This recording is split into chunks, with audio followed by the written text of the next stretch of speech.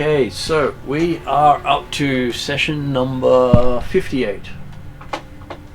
Turning music down so people can hear me better. So session number 58. We are currently traveling into what's called the Kingdom of Nithia, which is based on Egypt.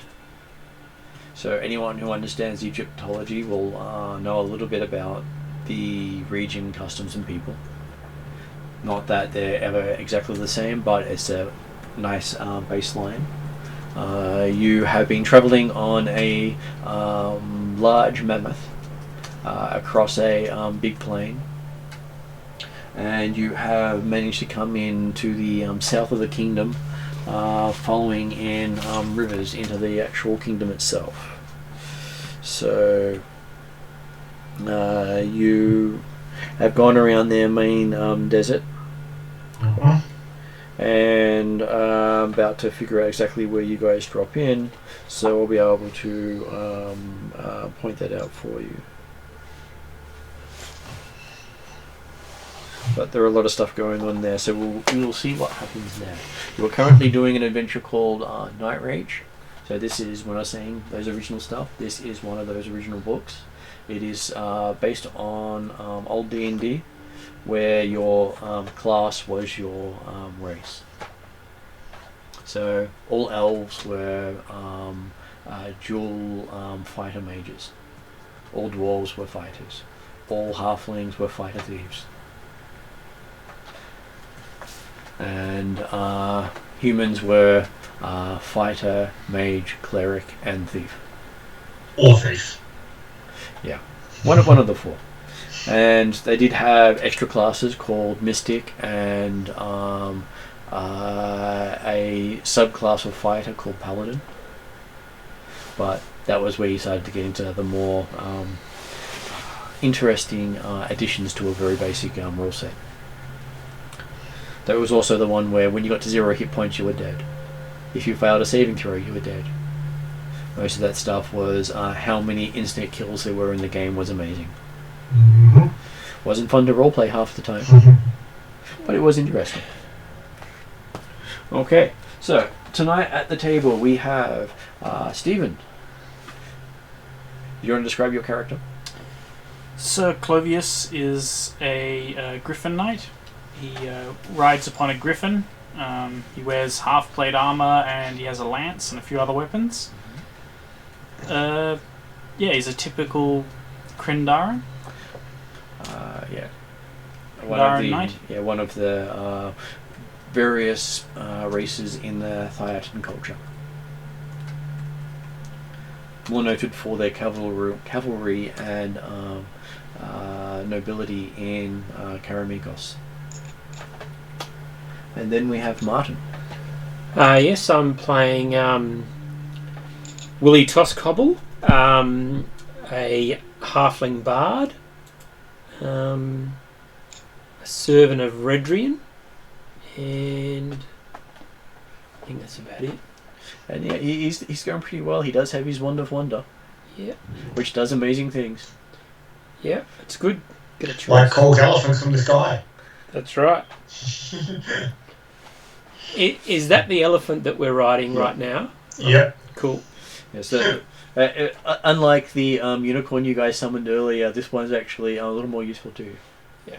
You can't all ride the back of the same unicorn. Okay. Well, the unicorn we found previously, its main purpose was to squeeze people out in narrow spaces and take up room in our small boat. Right. Well, you did make it appear in a corridor. Yes. Okay. And online today we have Jeremy. Yes, good evening all. I'm playing Dimitri Dimitros, a Troldaran sage and historian, and apparently recently determined to be the Hella Reborn. Which is obviously very fitting and appropriate for someone of Dimitri's stature. Not that he'd let anyone be concerned or worried about it. But hey, at least everyone knows who you are. Mm-hmm. and you're traveling into Hollow World on the back of a into the Nithian region of Hollow World on the back of a mammoth. Hunting for a goblin. Hunting for a goblin. As you reach the edge of the Nithian lands, your mammoth stops. Okay. So it's still in. It's still there. Is Plyman able to encourage it to move forward or explain why it's not moving? It seems to be unable to cross the boundary between Nithia and the rest of the world.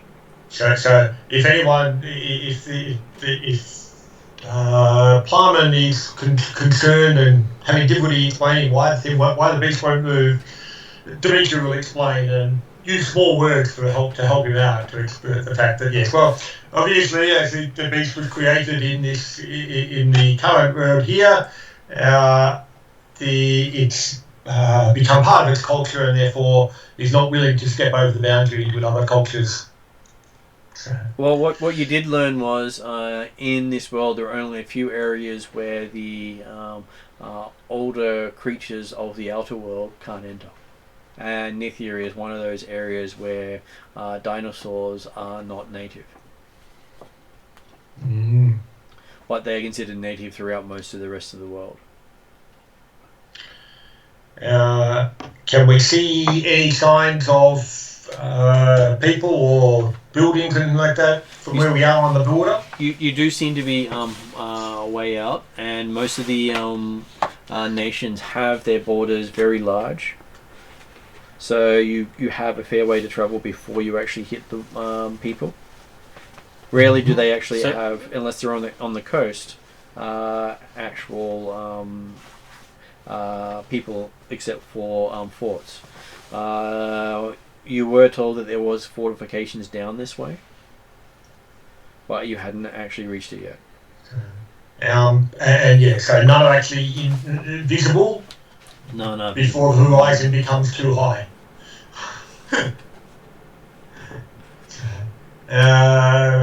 Perhaps Sir Clovis would like to fly up a bit higher and see if he can scout a better direction to travel if we've got nothing else on the way. It's an idea which way to be going.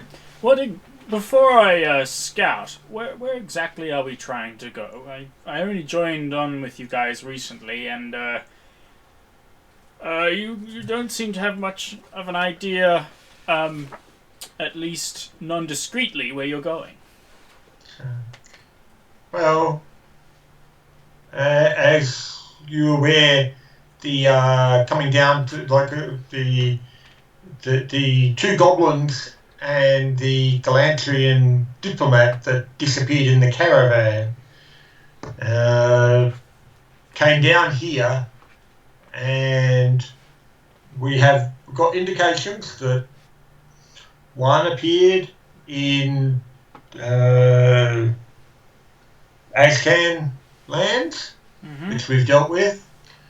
One appeared here in Nithian lands, and one appeared over in the what for us is the Holosphere west. But yes, we don't necessarily have exact details of where within Nithia this goblin might have ended up. So at the moment, it's how did you receive these indications? By augury or by how? Meteor. Meteor, indeed. In that Meteor got sent by powers above, and the crater left behind had a rough map of the high world with 3 locations marked. As you can imagine, that doesn't necessarily make it very detailed. I see. So following strong divine guidance. Well, it hasn't been as far astray as yet. But, as I say, does not lead to exact coordinates. Very well. Very well. May I see this map? Well, I need to travel several hundred leagues in that direction. Oh, you couldn't take the map with you. It was on a meteor, right? You didn't make a copy of it, It was a crater left behind by a meteor. and you didn't think to make a copy of it. Well, okay, made notes. Okay, I can show you the image that we got, but again, we're talking a rough map of I the simply whole would world like to know with a so that couple when of I rock scout, I can scout for a reason. Well, the main thing I'm suggesting we look for is see if you can find any signs of civilization that we may then be able to talk to some of the locals and potentially ask if they've seen evidence of these goblins or Galantrian diplomat or any other signs of the caravan, or potentially, based on what happened in Azcan, Very well, very significant well. changes in events. So, This will be the first time my griffin has truly stretched its wings in many a week now, since I've been flying low to avoid swarms of 1,000 flying snakes. So, if you do see me in trouble, please do arrive most expediently. Perhaps you, sir, you could fit on the back of my griffin mount. You could accompany me for safety. I can see you can handle yourself with flight. You'll be safe. I do. I can cast fly if I need to. Do you want to come? Yeah, I'll go. Great. Okay. So I do some saddle adjusting so there's room for a halfling. Yeah. Always easy. Always plenty of room for The a child halfling. seat. Yeah. How much effort would it take me to cast flight? Well, as long as you're more than, I think it is 60 feet up, you've got a whole round to cast it. Okay, and let's face it, if While you're something killed the hippogriff, Well, you could you've cast probably got time to know it's coming, so you can cast it in the round that gets killed. right. Okay. Carry on. My bird has actually a lot of hit points, so it's not just going to die on us. Alright, so While they're off exploring for let's go a time, really. yes. So he set we'll off. look around this borderline and see if there's a convenient place to set up camp and Okay. potentially work out whether or not it's worth hanging on to the mammoth or... Yes, we'll the just Wrath of David next session when he finds out. We'll tie the hobbles to its legs so it doesn't run too far. Yeah. I'm sure that'll work just as well for a mammoth as it would for a horse. Problem is that you don't have a hobble big enough. But we're going to be wandering off, aren't we?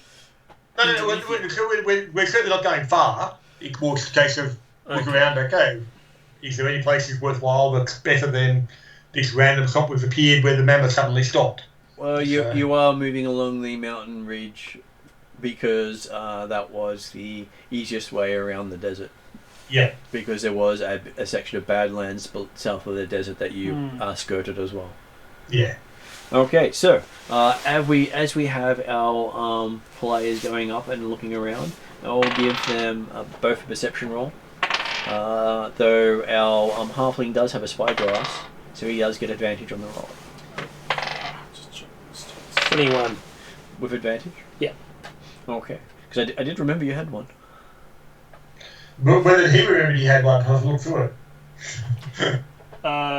Perception +1 plus proficiency. Also helps that I got an 18. Something to roll the dice on as cool. well. Otherwise, you find the table ends My up with all character these got an little 18. divots. Yep. And I will actually roll for my griffin. Let me just grab its stats. I need to get a bit better organized.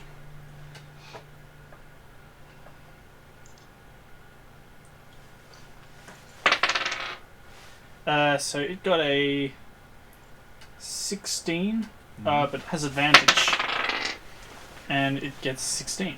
Okay. Which is for a total of 17. Hey, so it's always But the better. griffin's mainly looking out for like snakes flying at it and other things in the air, while my character's looking around on the ground. The griffin's not quite intelligent enough to. My God, it's got 2 intelligence. That's worse. That's worse than like a dog. Significantly. Animal intelligence is 1 to 3. Oh, okay. So animal intelligence is 1 or 2. I think As soon as you get 3, you're technically sapient. Or sentient, I You're should say. technically brain dead. Well, no, because PCs could be 3. Yep. PCs can be 3. I've never Yeah. seen a PC with 3 intelligence. When I've seen you- 3 charisma. When you roll it, you can actually do that, and that's when you say that they can barely comprehend languages. I once played a wizard with 3 intelligence. I'm sure he was a great wizard, very He special was a wizard. spectacular wizard. He was the special wizard. I can cast level 0 spells. Oh, back then when you had that sort of wizard, you couldn't cast spells at all, but you're called a wizard. If you have a pointy hat, you're a wizard. Yeah, it's got with 3 Z's written in on it. And he Said cast. wizard and everything. I'm sure he cast punch on a regular basis. Okay, so yes, you go up and go flying around. Willie does notice some fortifications in the distance, north into the Badlands. Right. So is that part of the Nithian Empire? You believe it is because the Badlands itself was where the mammoth didn't want to go. Okay. And while you were skirting the mountains, it was happy to follow the mountain range, but wasn't happy to head into the Badlands. Fortifications. Okay. Yeah. And Jeremy, you do find a nice sheltered spot. Not too much darkness to go into because darkness is still problematic for the party. Mm-hmm. So you're always in sunlight. Every time you go into real darkness, creatures of shadow start to attack you. Death appears. Because, well, you have courted death. Yes. And death accepted your courting. So, the two of you up on the Griffin do see where the others have gone to, as they're setting up some sort of encampment. Do you want to go off and investigate these fortifications further? What do you reckon? Should we go in for a closer look? Yeah, happy to go and look at the fortifications. I think we'll go until we're like the size of a bird in the distance, not like too visible. Okay. I don't, not like sweep over in a griffin, over the fortifications. Okay, you're flying over very much some sort of toxic sort of land. So there's a toxic land right near the That's fortifications. what they call the Badlands. It's on the it's on the edge of it of those Badlands and the Nithian proper. Mm-hmm. So anyone who comes to attack the fortifications of this nation have to either cross desert or Badlands. So they're always at their most protected on their borders.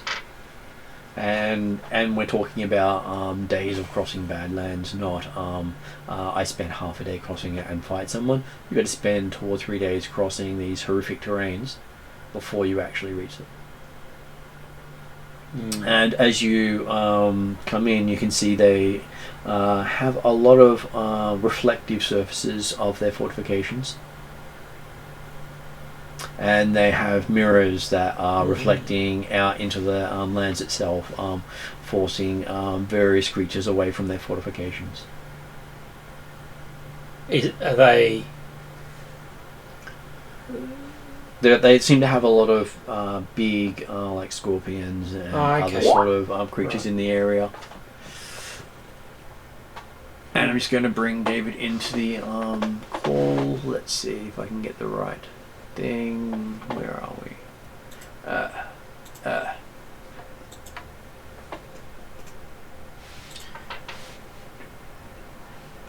There we go. So they're sort of desert themed monsters.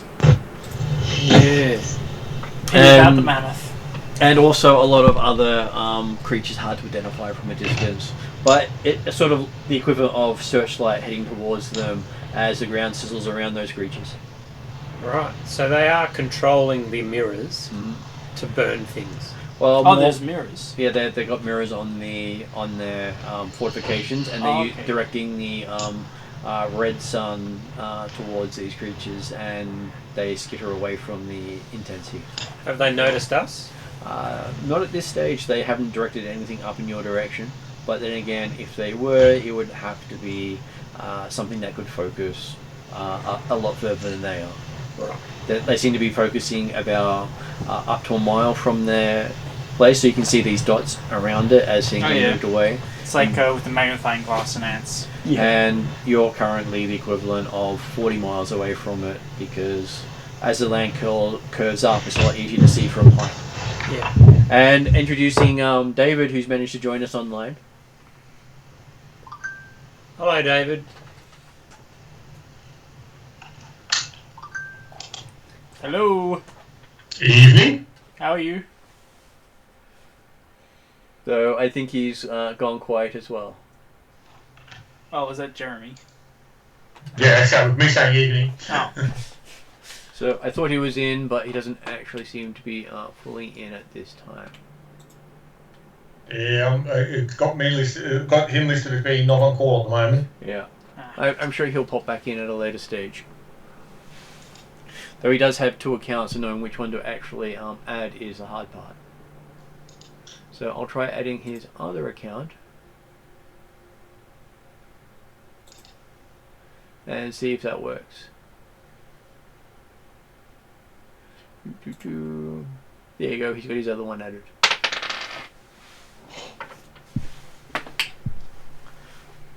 Not sure exactly which one he wanted to be on, but he now got both added.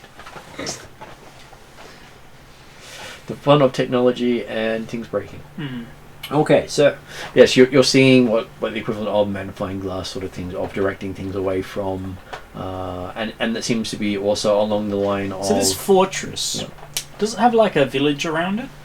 No, but you can see villages further to the east, even though it's west as far as your brain is concerned. And just to understand, since we're going west, right, from where the mammoth is, so west from where in the mammoth technicality, is. you're actually going east. East and west reverse, yeah. You got me. But west as far as your brain's concerned. Oh boy. So west map wise, but east in reality. Well, there's no east or west if the sun. Oh, right. Because what? Based on Based the on compasses. based on the compass, yes. Right. That's confusing. So this place is west of where we started with the mammoth, right? Mm-hmm. And it's kind of in between us and these settlements and Yep. towns. Right. And it there's seems a to be significant amount of monsters around. They try to keep the monsters as a buffer zone, as far as you can tell, between the rest of the world and them. And you can also see giant worms as well that pop up and disappear. What do you think, Willie? It'd be nice to go and have a chat with them. I was thinking that it would be good to chat with them and maybe I can ferry us over this area of monsters. Yeah. I'm happy to be. But we need to talk to these people first. Yeah, I'm happy to do that. Okay. And you can see they have most of their fortifications seem to be made out of some sort of sandstone or stone, and it is quite colourful. Do you There's have a lot of colour by there. any chance a white flag in your backpack? Good question. He's got a lovely silk handkerchief. Because we're gonna be looking a little warlike, me in my shining armor and holding a lance. I can't put down the lance. And the other So thing way to is, put it. a white flag has a different meaning depending on the culture. All right. But that doesn't mean Do you know your try myth- it. It doesn't mean you semantics? shouldn't try it. It's just that most people don't know what this I culture mean, I know I am perceived as a threat. Oh, that's very diplomatic. That's just what we need. Are you... So it's basically showing up with the Are we the boogeyman right and people to do saying, this? "We come in peace, shoot to kill." Oh, okay, because you're a halfling. Yes. Oh dear. Can you go invisible? I can. Yes. But invisibility doesn't work the same here. No. No, you can still see the outline of the person. It doesn't work as effectively. So imagine the predator version of invisibility, but everyone. A predator halfling. That's yeah. just what we need to start negotiations. Which is also in fitting with how they're perceived in this world. Is as their well. reaction going to be so bad that we couldn't talk to them, or what do you think? They have heard of entire villages up rooting themselves and moving when they hear halflings are coming to their region. So that's the kind of. But that's not Nithya.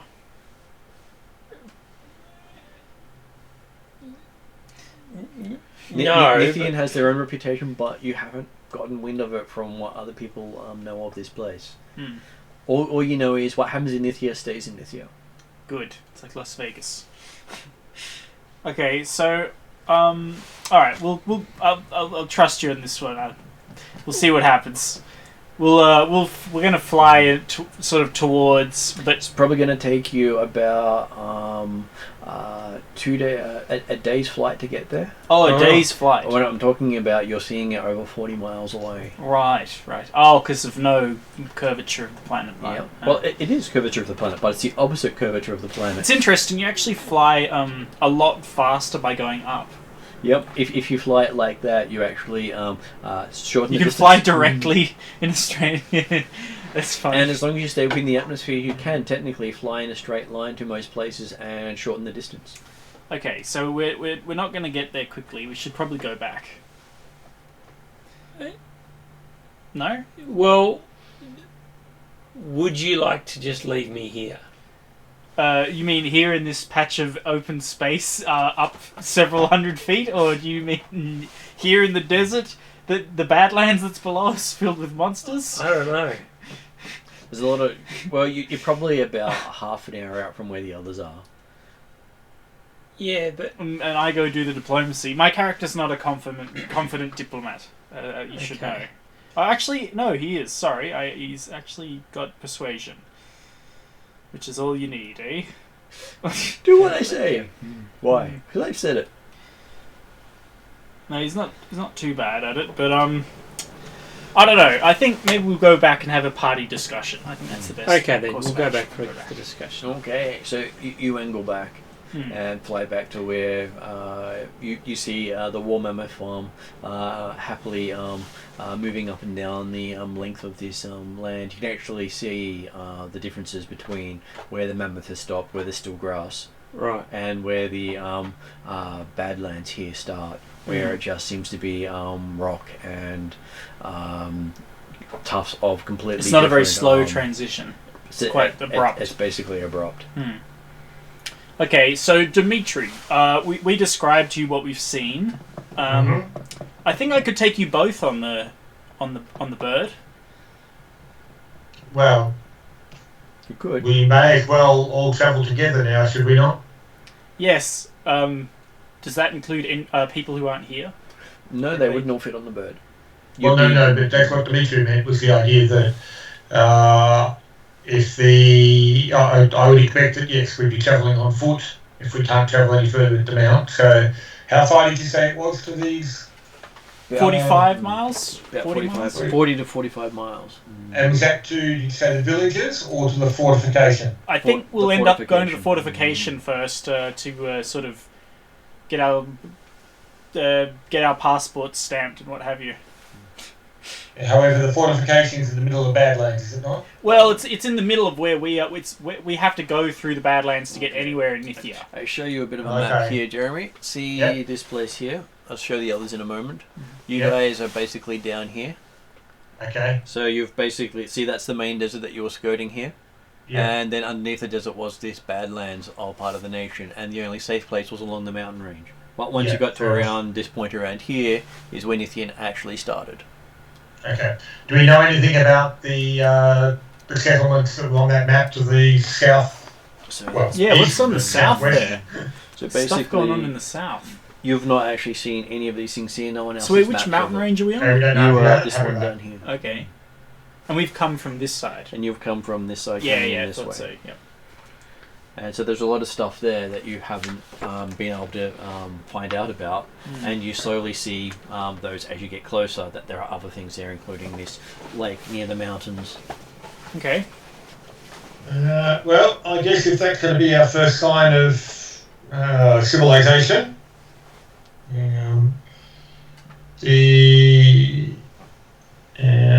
we'll head off before Plumman can complain too badly about leaving the mammoth behind. Okay. So, do you want to go by bird? Well, you do have 6 people in the That's right. group. Okay.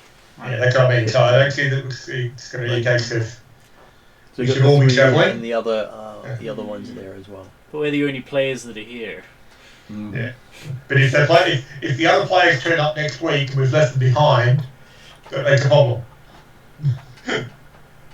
So, Well, maybe. yeah, so Well, the players here might was not the believe it, the idea, characters still are. Dimitri. So, Here was the idea that we go and do diplomacy with them, and then I can ferry us over the Badlands to avoid the monsters, because it seems to be monster infested.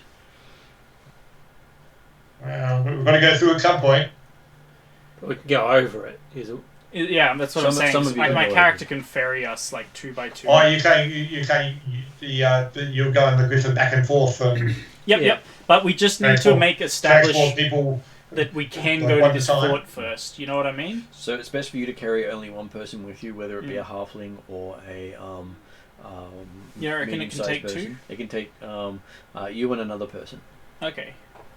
They're not designed to take more than that, and he will need rest between flights when he's carrying more than a halfling. Mm-hmm. And you said it was about 45 miles? Yep. So it's basically a day's travel to take. You're basically dropping someone off at the fort for a day, going back the other way, stopping for the day, coming back there. So they would be left there for 2 days before you bring the next person over. But you can see that there are roads leading off from the fort into Nithia itself. Yeah, so I'm not certain we can necessarily afford to leave individuals alone for 48 hours. Well, no. For 2 days. a sleep cycle, almost 2 sleep cycles. What about Dimitri? I'm sure he'll survive on his own amongst these people. Dimitri's thinking of others. You'd be the As first he always person. does. You'd be the first person he'd leave. I'm sure. Well, he would be, because he's the most diplomatic, clearly. Just go and become a god again, right? Well, certainly if you ask Dimitri, he's the most diplomatic, definitely. Alright, so on foot. On foot it is. Well, okay. You can still ride, and Dimitri will certainly ride for part of it. Yes, he's got his imaginary horse with him. As in Phantom Steed. But it's still an imaginary horse because it's not a real horse. Right. And it's even more phantom-like in this world. And the reason you know it's not a real horse because if Playman ever does ride it, it doesn't get the benefits of half his barbarian levels because he can't make it an actual steed. Okay. Well, I don't think anyone else can ride it anyway. I think actually... I think previously we've had you make it for other people. Oh, yes, we had the goat and stuff like that, didn't we? Yep. Yes. So, yeah, you or the creature you choose can ride the steed. Yeah. So yes, you go travelling, sticking to the edges of the Badlands and the mountains. You can skirt it and come up towards the fort, keeping away from the worst of the monsters, because the fort itself seems to protect the border between Nithia and most of the Badlands. Yep. But yeah, so it would appear the fortification is designed more to stop monsters that would actually be effectively native to Nithia, as opposed to trying to prevent incursion from other nations aside from Nithia. Is that right? Based on the fact that they've got to go through the Badlands or the desert, so they probably don't come. So you think that the main thing is, yes, it is designed for that, but it's also designed as a military presence if they need to do anything else. yeah, But so the day-to-day is... They would have been fighting off the Millenniums if the Emperor Krakos hadn't been disposed. Yep. Yeah. And seeing the lands around, there's no way the Millennials would have survived. No. Okay, so traveling takes you. Technically, I think you can do that in one day, and you find yourself with chariots and a couple, probably about 4 chariots coming towards you from the fort, about 2 miles out before you get close to it. So 2 chariots and 4 men on each chariot, coming to a stop about 100 feet before you with weapons ready, hailing you. We'll certainly respond to their hails. and give a friendly greeting.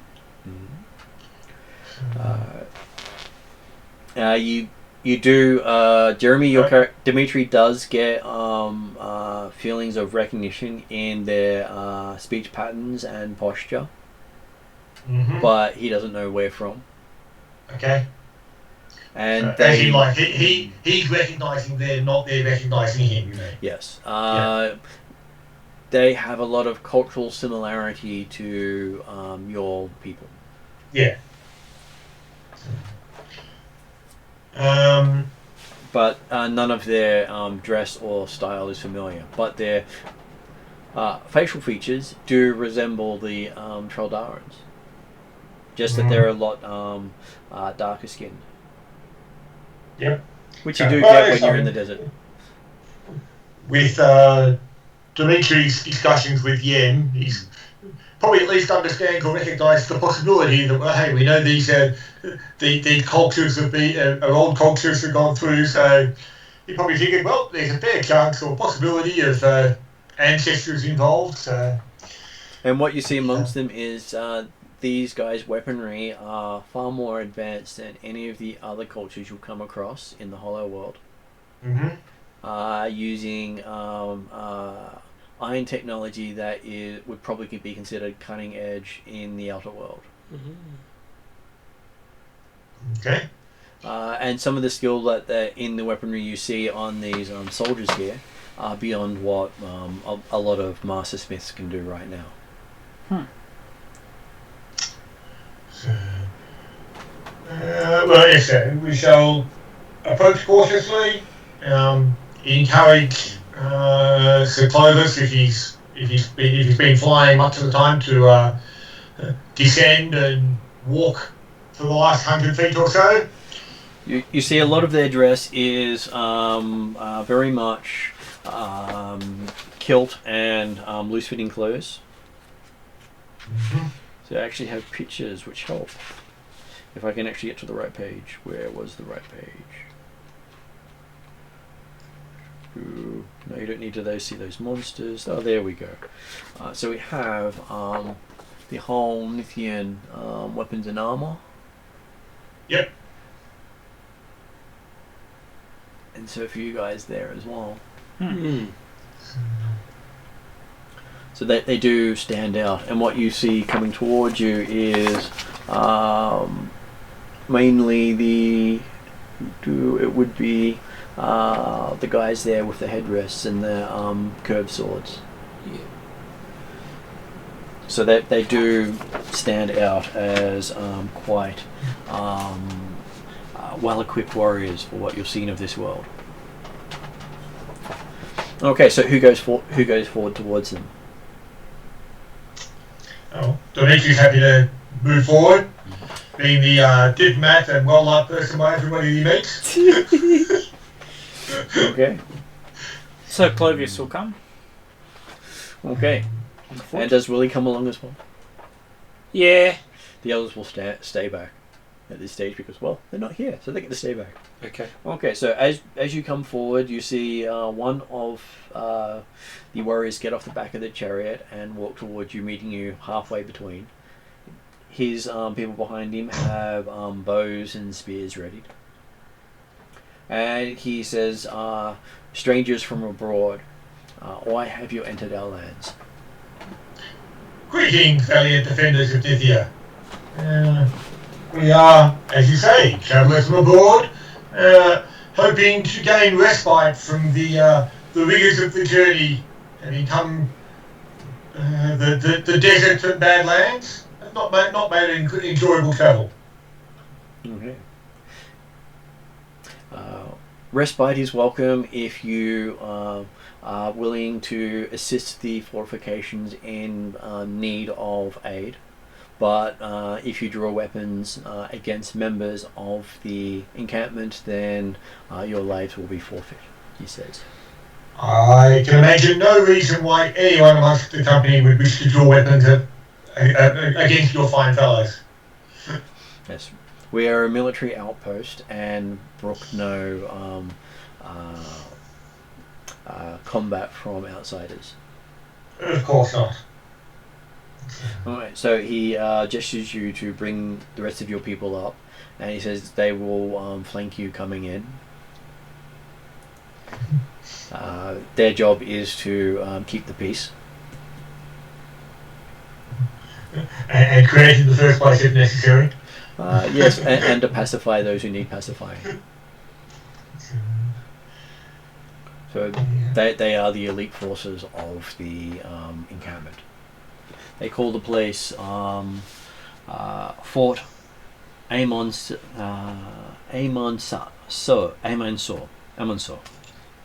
I'm very bad at pronouncing things, so it always gets me a little while to have it come out, and it doesn't help that the name is also blended in with the background. Because I always said Amonsat, but it's an R, not a T. Does Amonsur seemingly have any relationship with words in Toldan or anyway that might be take on? There might be some meaning behind that name? You do know there's meaning behind the name, but that meaning itself has been forgotten. Yeah, okay. Just like just about everything else about these people. One thing you did learn from Yem is there are various places in the Hollow World where knowledge cannot leave. And certain things cannot enter. I need to find out what if we learn things and then forget on the way out. Assume we can get out. That might be the other problem. If you learn knowledge it's not allowed to leave, that means you can't leave either. Okay. As you approach the place itself, you see that their chariots have that the wheels itself have a vibration hum to it. From what side? The wheels of their chariot itself have a vibration and hum to it. It's almost as if the wheels itself are not connected to the frame. Mm-hmm. And they seem to move independent of the frame. Yep. And the chariot itself just seems to glide along behind the horses, not bounce around like you'd expect. They've got good suspension. Not we know about that yet. And you see symbols on the chariot itself you've not seen their like before. So it sort of looks like a cross between a rune and a picture. Mm-hmm. Basically, hieroglyphics. Which is a word I can normally pronounce, but today I seem to be beyond me. Okay. Well, Dimitri will certainly be interested in looking at the apparent word pictures. But obviously not trying to memorise it at this stage, but yes. Your amulet cannot translate them. Sorry? Your amulet does not translate them. And no, that's fair enough. From what you have learnt, magic also does not translate them. But we did actually, yes, obviously the amulet's working on translating the spoken word that we're having with these Nithian warriors. It does, yes. It translates speech but not writing. Yeah, okay. And from what you have learned from Yem, their writing here can also not be translated by magic. Yeah. It's part of the curse of the land. Okay, so coming into the building, to the fortifications itself, the outer walls shimmer with energy. You actually see the heat of the region itself being forced back by the walls itself. Impressive. And and you see the chariots themselves actually move through the gates. Instead of the gates opening, they just move straight through. And you think that while you're between the chariots, it's probably the only reason you can also move through the gates. Certainly yes. If there's any of the escorts within talking distance, Dimitri will inquire. I thought, it seems odd that you have such a magnificent wall, but it lets anyone through. They say it only lets through those under the protection of the guards. Everyone else is denied. Very good. That way, invisible people cannot actually enter their compound unseen. Invisibility does not work within their gate network. Do many of your enemies have such ability to hide themselves easily? None have left who have tried.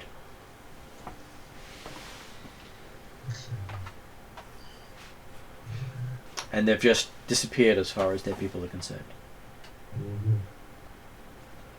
And then you find yourself in a large fortress, far larger than anything you're used to. Even in Karameikos, the forts that they had was basically a small wall with a little keep. This is almost township sized, with all the walls going around it, having actual crops inside, and the weather itself is pleasant. So So we've walked in there. Out of the Badlands. You've and then walked out of the Badlands, and you've Right. gone from blistering heat and uncomfortable insects and all that to, as soon as you walk through the walls, into a nice, pleasant sort of Right. comfortable surroundings.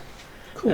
Everyone here is dressed for war, but is not actually looking aggressive at the moment. You see.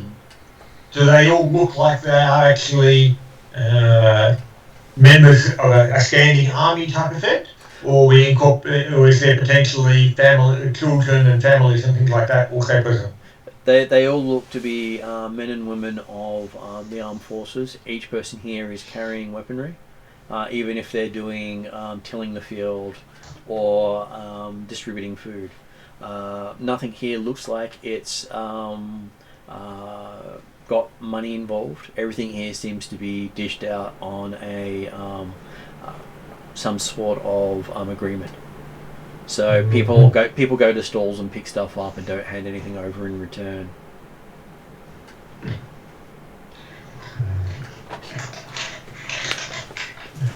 Which makes it difficult to tell how to buy or require stuff from the locals. And their Yes. weaponry all is of unusual makes that you've not actually seen before. Their bows are also staves. So it's like a quarter staff with string attached to it. Their standard bows look of a design that is not something you're used to either. They do have some sort of metal inlaid into their bows, which is something you're not used to. Even the elves don't use metal on the bows. And their armor all have scale, metal, gemstones, various things inlaid in them in a style you're not familiar with. But it is colourful. Everywhere there's colour. For a place that is a military camp, it is very distracting to the eye, just how much colour and life there is here. And the attitude of all the people is Very very calm and relaxed. Yeah. They seem to have about what appears to be probably close to 500 people manning the walls of this town. And inside they seem to have about 4,000 to 5,000 going about doing daily activities. Yes, that's quite big. And the looks of things, the entire town could turn itself out for war in a moment.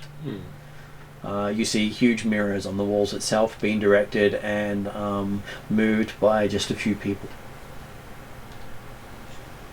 And they seem to be directing the noon sun out into the area, and you can hear them shouting to the left so many degrees, change the elevation. Very technical descriptions. Instead of a little bit to the left, they're actually specifying degrees, angles. Would they be able to direct them at us? They could if they needed to. Okay. They seem to be able to be directed in any direction, including up. Okay. So you're brought in and you're instructed to head towards the temple in the center of their compound. There you will receive respite and be able to talk to anyone there about your needs. Thank you. Okay. Yeah. Heading in. Did the main spokesman ever give his name or anything? He just said he's the sergeant on duty. Okay. It's his job to meet travelers and strangers around. Yep.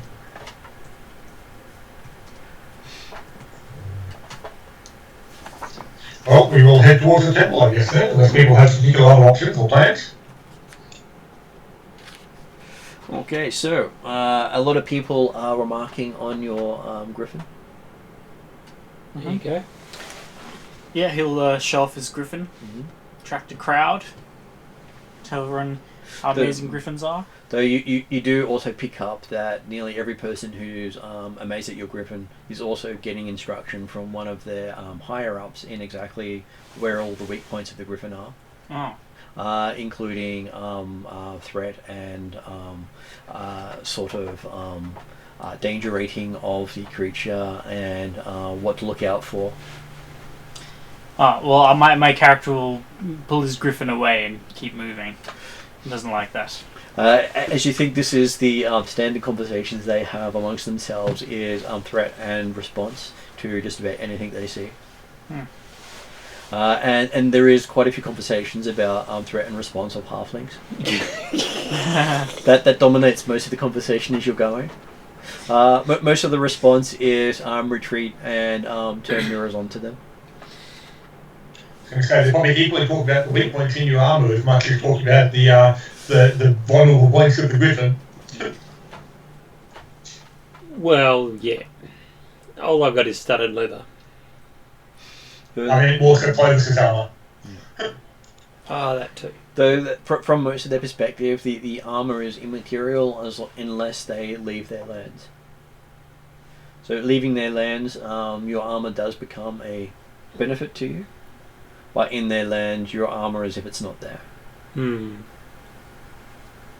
So basically, as far as they're concerned, you're not wearing armour. The locals ignore the armour of non-locals. Yeah. It is why it is potentially worthwhile if you can arrange to get some bartering happening to pick up some local weapons and or armour. May well be advantageous for you. Okay. As you head in towards the temple, you see there are many statues around it.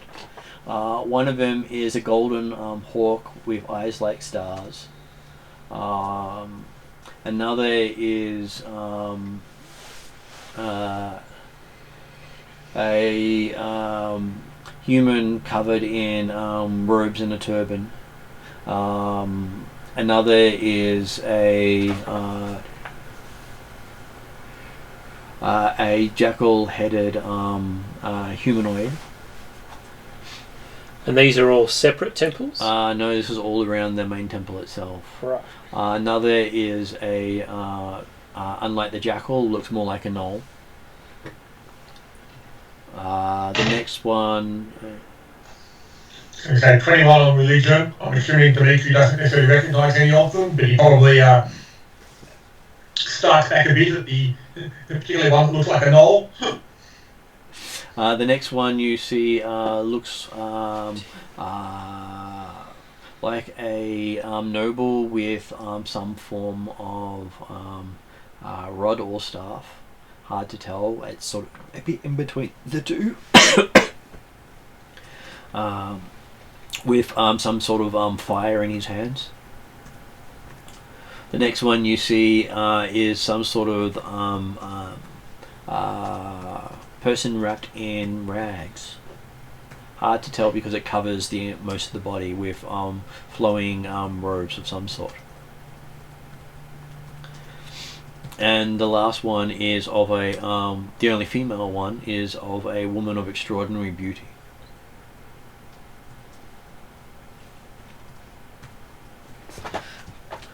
Looking So what was the at, current number of gods?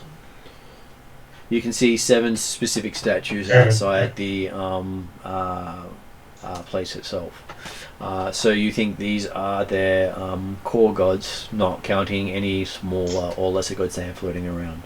Or possibly more local gods, although considering this appears to be a definite military fortification rather than having any sort of civilian aspect to it. Mm-hmm. If they were local, they're probably army-specific gods as opposed to local to area. Yep.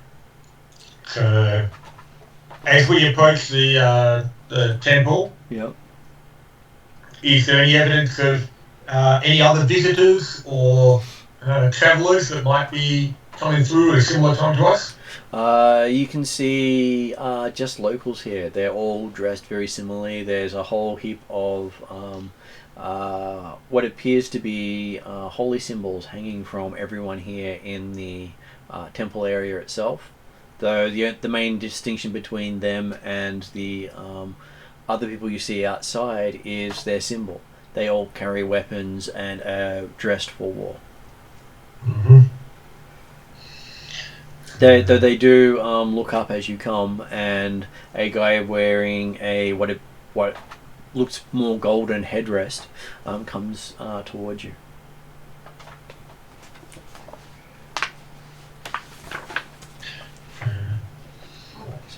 Well, certainly won't make him walk too far. We can continue to walk in his direction as he's coming towards us.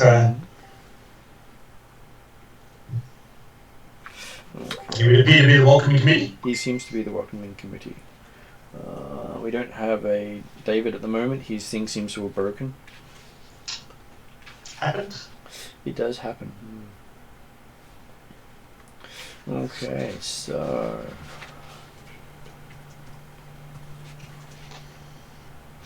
So I have only 4 named people in the area, so I sort of have to make the other names up.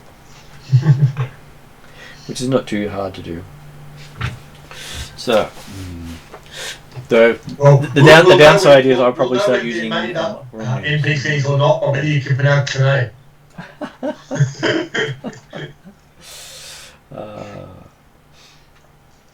name. He introduces himself as Suleiman. Like fort. Oh no, Suleiman. No, this guy is called Suleiman. Suleiman, right. He's wearing golden headgear. And he says he is the avatar of Horon.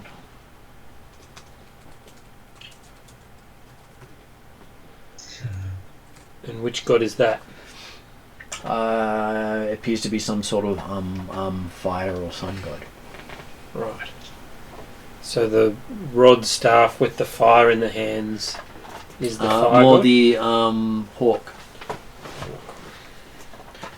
Which is probably why griffins are, something that they know well about. Because a griffin is pretty much a mixture of many things, but part hawk. So he welcomes you to his fort. Greetings, sir. Thank you for the welcome. So we are merely travellers through the land, aiming for the likely we're aiming for the centre of the land. So He welcomes Dimitri, avatar of Halav, and hero of the Millennium Empire. So, I see news travels quickly. They like to keep abreast of what happens in other nations. So,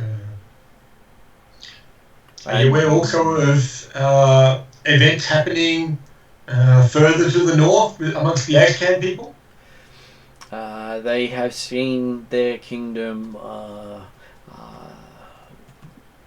brought low by your actions.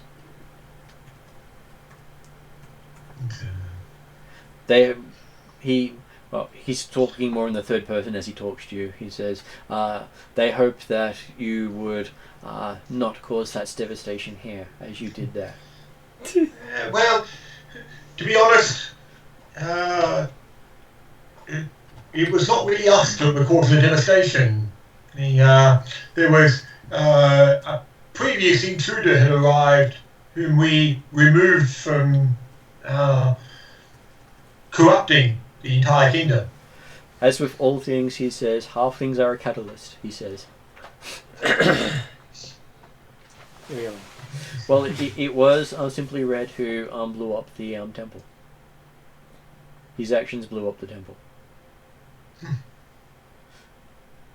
Yeah, he just looks down at Willie and Simply Red and says, please behave here, we do not wish to lose our town. I'm sure there will be no concerns or reasons for or worry. Yes. He can't really say more than that because he's not really confident anyway, shape or form. With two halflings and climbing in the party.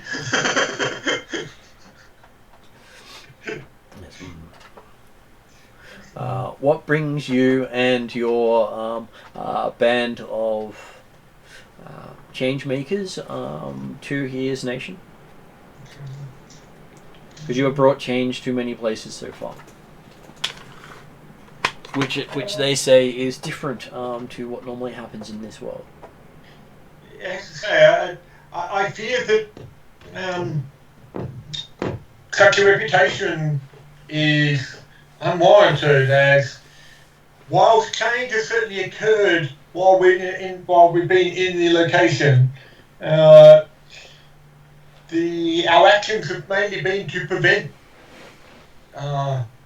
further and greater changes upon the specific kingdom and in fact the entire world. Returning to the status quo is a change, as is deviating from it. Okay. So Changemaker is both a curse and a blessing in their lands.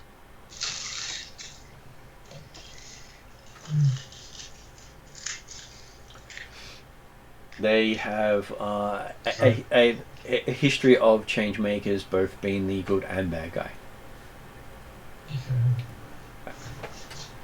Has there been any evidence of Changemakers recently through here? He looks troubled and he says, there is evidence that a Changemaker has spoken to the king. Right. Okay. Because the king's policies have changed. And how have they changed? We were to wait until the enemy had crossed way into our lands and wiped them out instead of push them back. Mm-hmm. So you Normally we repel any invaders. right. You just wait. But we were told to wait and then exterminate, Okay. which is a big change to our policy. Yeah, so actually the Is that case of actually why- destroying as opposed to simply keeping them at bay and therefore allow them to, you don't try and kill the enemy, you just say, hey, you're not allowed to come here, go back. Is that why there's fighting outside these very walls? No, that's more the creatures of the area to convince them not to travel into the more fertile, populated lands. If some of the creatures of the Badlands make it into the villages of the people here, they have no defences against them. I mean, I'm assuming that during our travels across the edge of the Badlands, did we see evidence of these creatures and avoided them, or? Well, you saw the remains of like a scorpion almost as big as the mammoth. Mm-hmm. And bits of teeth sticking out of the ground that were bigger than a horse. Fair enough. But yeah, so it certainly makes sense that even if there's no civilizations attacking the land, there's definitely creatures that require defense against. Uh, the creatures are bound to stay within the lands, but other creatures are kept out. So we try to keep them away from the people. You fear that there may be a change maker who's gained the ear of the king. Are you aware of specific individuals that maybe such whisperers, or you're making the assessment purely based upon the change in orders you've received? Well, he says we are in the fortification furthest removed from the king's ear. Okay. So he said basically you've got about 3 fortifications between here and the king following the road. Uh-huh. So if you see you're down at the bottom here. Yep. He basically shows you a map that goes, there's another one here, there's another one here, there's another one here, and there's this red place all the way up here. Mm.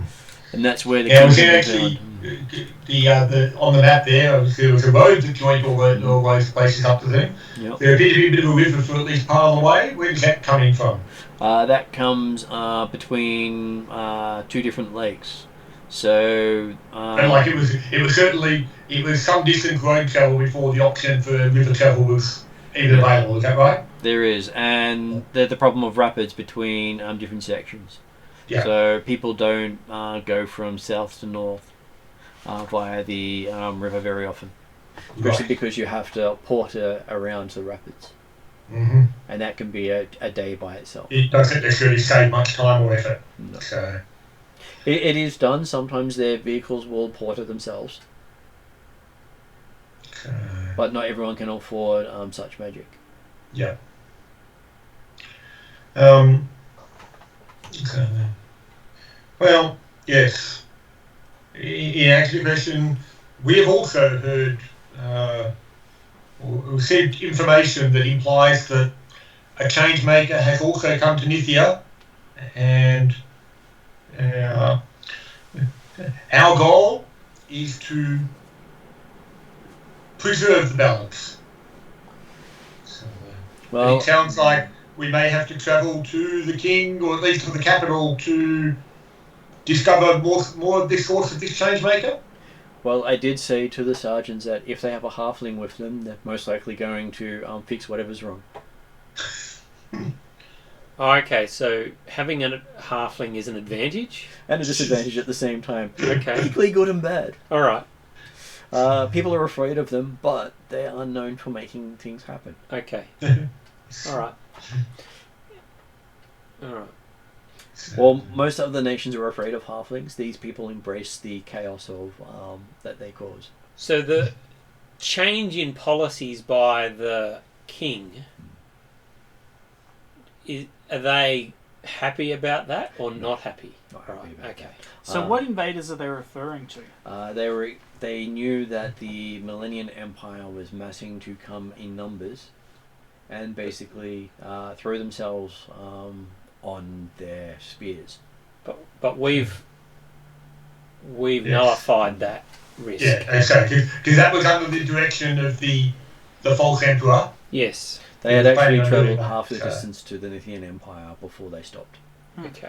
And when an army travels in that number, it's very easy for them to tell that it's happening. Okay. Well, particularly also if they had enough information to know about what's happened. Who we were, where we come from, how much even our effects or events in the Ashcan lands. And as I said, these guys are furthest from the likely source of intelligence.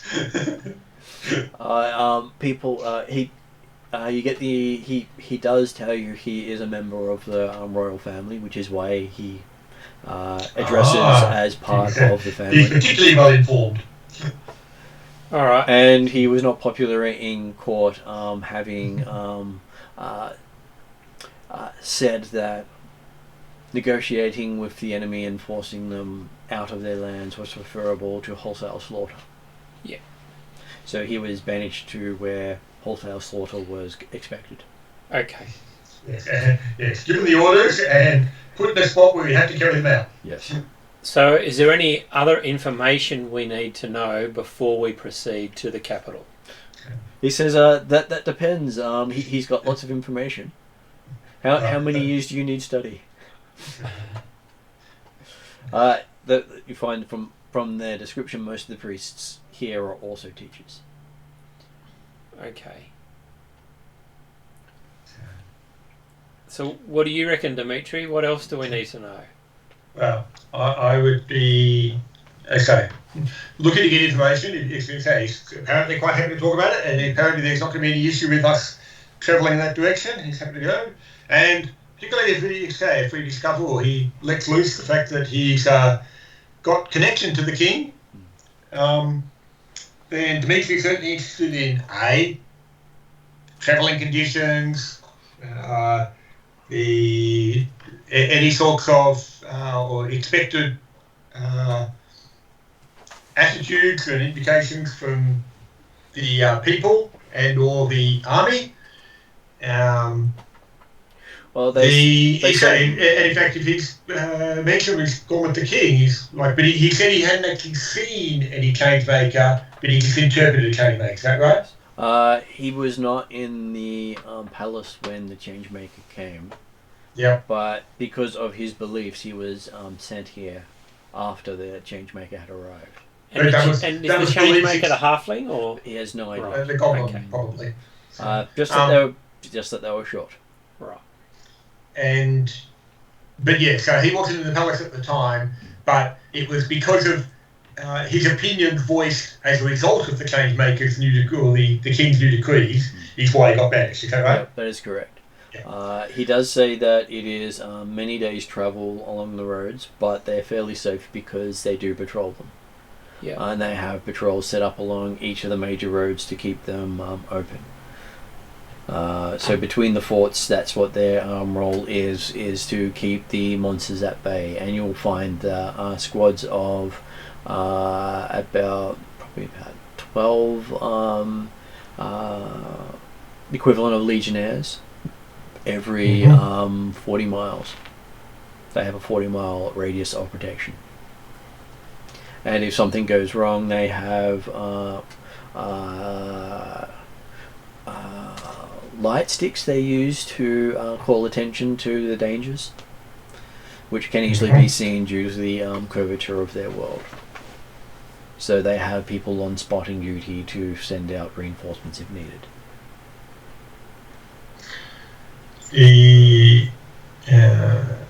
And Is it?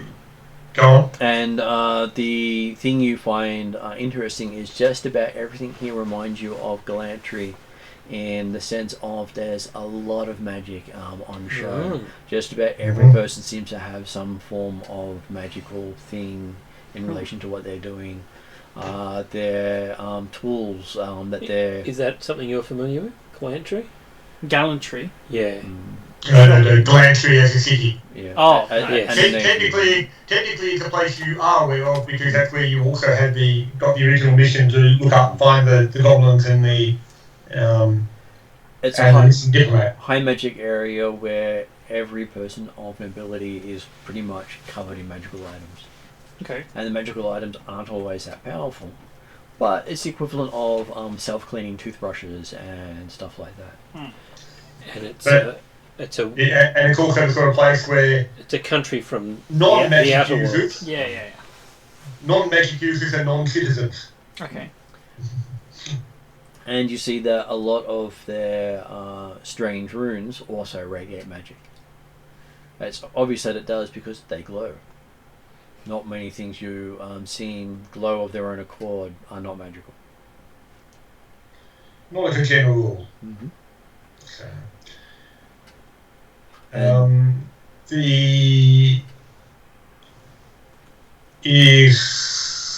now his name's gone in my head. Suleiman? Suleiman, yes. is there any availability to purchase new equipment here in your fine citadel? You can requisition equipment as long as you don't take them from the lands of Nithia. I am certainly merely thinking of designed for use within Nithia itself.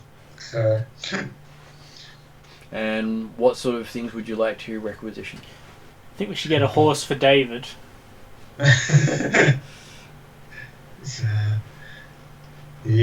would say if we can get mounts, that would certainly be advantageous. Unfortunately, the mounts are the domain of their chariot riders. None of the horses here will bear riders.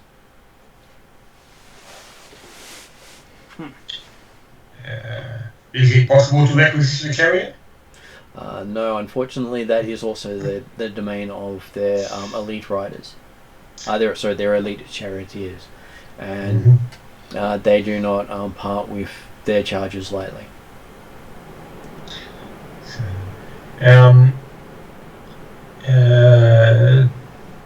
What about my companions? We've had some troubles and travels along our way, and I feel that some of my fellows feel a bit less comfortable and a bit almost naked, I understand, from the current quality of their defences that they have available to them. Would there be any replacement weapons or armour type options they might have? Okay, so would reed armor be of interest, or breastplate carrying the symbol of their gods be more appropriate? Would the reed armour, for example, be something that would need to be handed in before you left? Yeah. Right. But Dimitri will the quiet word with you about these sorts of things. Well, obviously, yeah, that sort of stuff, not my expertise. But if my fellows are able to have a look at it and see if it fits what they're looking for, so the reed armor has a lot of properties related to padded and leather, but it can be treated as light armor. But So What armour class does it have? it would be the same as one that you choose. So if you choose leather, it would Studded be leather. leather. If you choose studded leather, it would be the equivalent of studded leather, just that it would be different and have different equipments to it. But it's so pretty much- Dimitri really suggest to you So no that advantage. The advantage Well, is it's leather it armor in exists. this world, or studded leather armor in this region. Oh, okay, I get you. that's what Dimitri will be explaining to you, is the fact that That's the advantage. hey, Right? this armor may not actually be better or worse than what you would normally be wearing. However, within these lands, I can guarantee you it will be much more protective. All right, I'll take some. Wait, so it's stronger in this region? Well, it's in that it actually provides a benefit. Like, because So our armor doesn't work in this area? That's right. It doesn't work in the area. It's as if it doesn't exist to their weapons. effectively, native weapons will go straight through your armor. Right, I forgot about that. So that's why I say It took Dimitri me a little certainly he was trying to be subtle about it. On the idea of thinking, I don't know whether they'll be really keen on giving a native weapon an armor, but hey, we can ask. Okay. All right. And Reed but armour. yes, Okay, so it is a reed armor with a lot of ridges on it for representing the studded nature of it. Yes. So it's the equivalent of it, just made from different materials. I'll go for like a half plate if they have that. They do have what they have the equivalent of breastplate, which is a big symbol on your chest. A big symbol. Yep, Is it actually armor? it is armor, Okay. and it but counts the as point is, breastplate. it's armor made for their army and their religious army. But So you are actually bearing that token. But they do have the equivalent of plate mail, but that's only for their warrior elite. Well, if this stuff that they're giving me is the equivalent of half plate, I'd be happy with that. It's the equivalent of a breastplate, not half plate. Okay, I just have to look that up. Okay. Still better than yours, than what you currently like. Not Still better, better than AC nothing. value than you typically have, but. Yeah.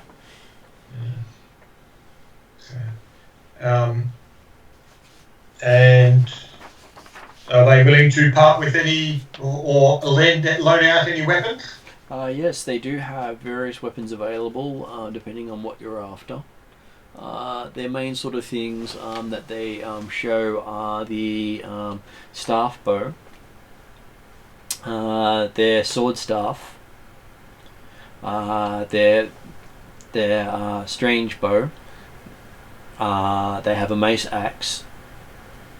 Their throwing sticks. And are they also useless? They all work in these lands perfectly. And for and they do have basic spears and curved swords. But their kopeshes are with the full curve. Again, also only for their warrior elite. but the weapons that we do have, are they useful? They are useful against any non-native. And yeah, magical weapons Can I get a shield may still as be well? somewhat effective, but yes, they're Yes. still going to be less effective against the native. They have light shields that they are able to provide, Okay. which is the equivalent of the It's just a shield. It's a shield. just a shield. I'll get a dagger. Yeah, I'd like. And they do have daggers here as well. Do they have long swords? They have curved swords. They look very much like long swords and have the equivalent of long sword stats. Okay. Do they have lances? They do not have lances because they don't really work that well on chariots. What do they use? Long spears then? They throw spears. Right. Chariots are basically a moving tactical platform, not something that you intend to close run into enemies with. Do they have anything like? Could I talk to someone and get them to build me a lance? It's not their cultural. I wouldn't be going that far for these purposes. Okay. So, I'll just pick up a spear then. From what you did learn from Dimitri, they cannot create things outside of their culture. It's not that they don't want to; they are actually incapable of doing so. Oh, okay. And I such couldn't as put like I couldn't. their people never learnt to ride horses, so they're incapable of riding horses. Okay. It's not a cultural thing of their people. And horses of the region are not capable of being ridden.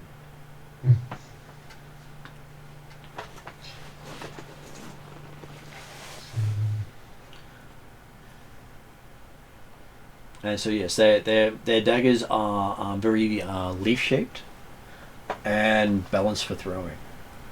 So looking at it, it is actually a superior dagger than you're used to. And it actually feels a lot sharper. I don't think I'm proficient in. in dagger, Well, yeah, expert in dagger, but It's skilled in sling, and that's it. it does go across to the throwing daggers they have. Surely they Um, have slings. They do have Yeah. slings, but it's also not something that they use on the borders because the slings aren't something that they can enhance with their magic as much. You do see that the most of the people outside are all practicing various techniques that seem to warp the area around them with magic. yeah. They don't need slings when they've got superior bows.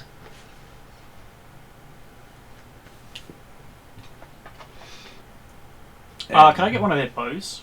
They are willing to provide one of their bows, but you only get 20 arrows to go with it. The arrows themselves are made of some sort of metal composite that you're not used to.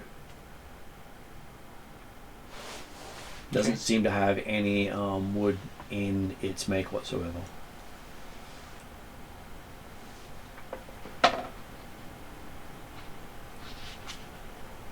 Can I ask for more arrows? No, they only ever issue out 20 arrows at a time. Okay. You'll be able to requisition more if you need if you go through them. Of course, the one justification reason as to why you went through 20 hours. I was shooting birds. A scorpion. You do see most of their guards walk around with swords, what they call their sword staff, which is basically what looks like a short sword cleaver on the end of a staff. So not exactly a spear, and not exactly polearm you're used to. All their designs are completely alien to you. Nowhere in any of your history books or lessons you've learnt of your world has any of their technology been seen. Very interesting.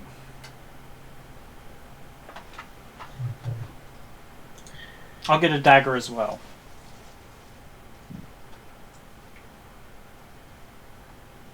Yep. So you get one of their daggers as well, and they are looking very nice and well weighted. My character's a bit agitated from all these people pointing out how to kill his griffin and himself. And he rather wants a lance because he's an expert lanceman. Can you build one out of the materials? Well, you've still got your thing, but if you build it, then it's still not a native weapon. Yeah. So what you have still got your lance, and your lance will still be useful you just have if we're fighting a goblin or whatever type stuff, and someone else who's not native. So my lance will just have disadvantage. Okay, that's not too bad because I get advantage attacking people when I'm mounted if they're smaller than my mount. So I'll. It sucks, but oh well. It's the downside of the magic of this world. Yep. It's designed to keep everything as it is. Yeah. And cool. And stop advancement. Yep. So these guys haven't advanced their technology since they came here. And they've been here for a very long time. But their gear looks far more advanced than where you come from. Their armor, even though it's made of reed, moves and feels so much more comfortable than the studded leather you were wearing previously. Their breastplate doesn't feel as if it really covers the body, but and they make their reed armor in halfling size. They do. Because even their children are taught how to use it. Yep. Yeah. Not that they have any in this place, but they are always prepared. Yep. They never know what will happen. Whilst David's not here, we'll also encourage Parman to at least pick up some of the. Presumably he'd go for the reed armor rather than the plate armor, I think, from memory, wouldn't you? Because I think he's a light armor type person. I think he is, yeah. And you do notice that the arrowheads for your arrows are a strange barbed style. Not something you're used to. You're used to the smooth edges, and this is a very complex geometric shape. Made of the same material as the shaft with no joint.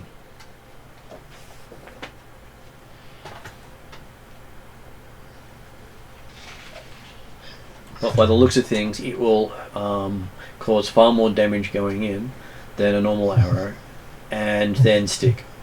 You sure as hell don't want it coming out again, or at least not coming back out the way it really. Got to go all the way. It not only has it got barbs going backwards, it's got barbs going forwards up the shaft. Yeah. So when it hits something, it's basically going to shred the flesh. These are not hunting weapons; they are basically arrows of war. And you're used to hunting arrows. You've not seen this style of war arrows before.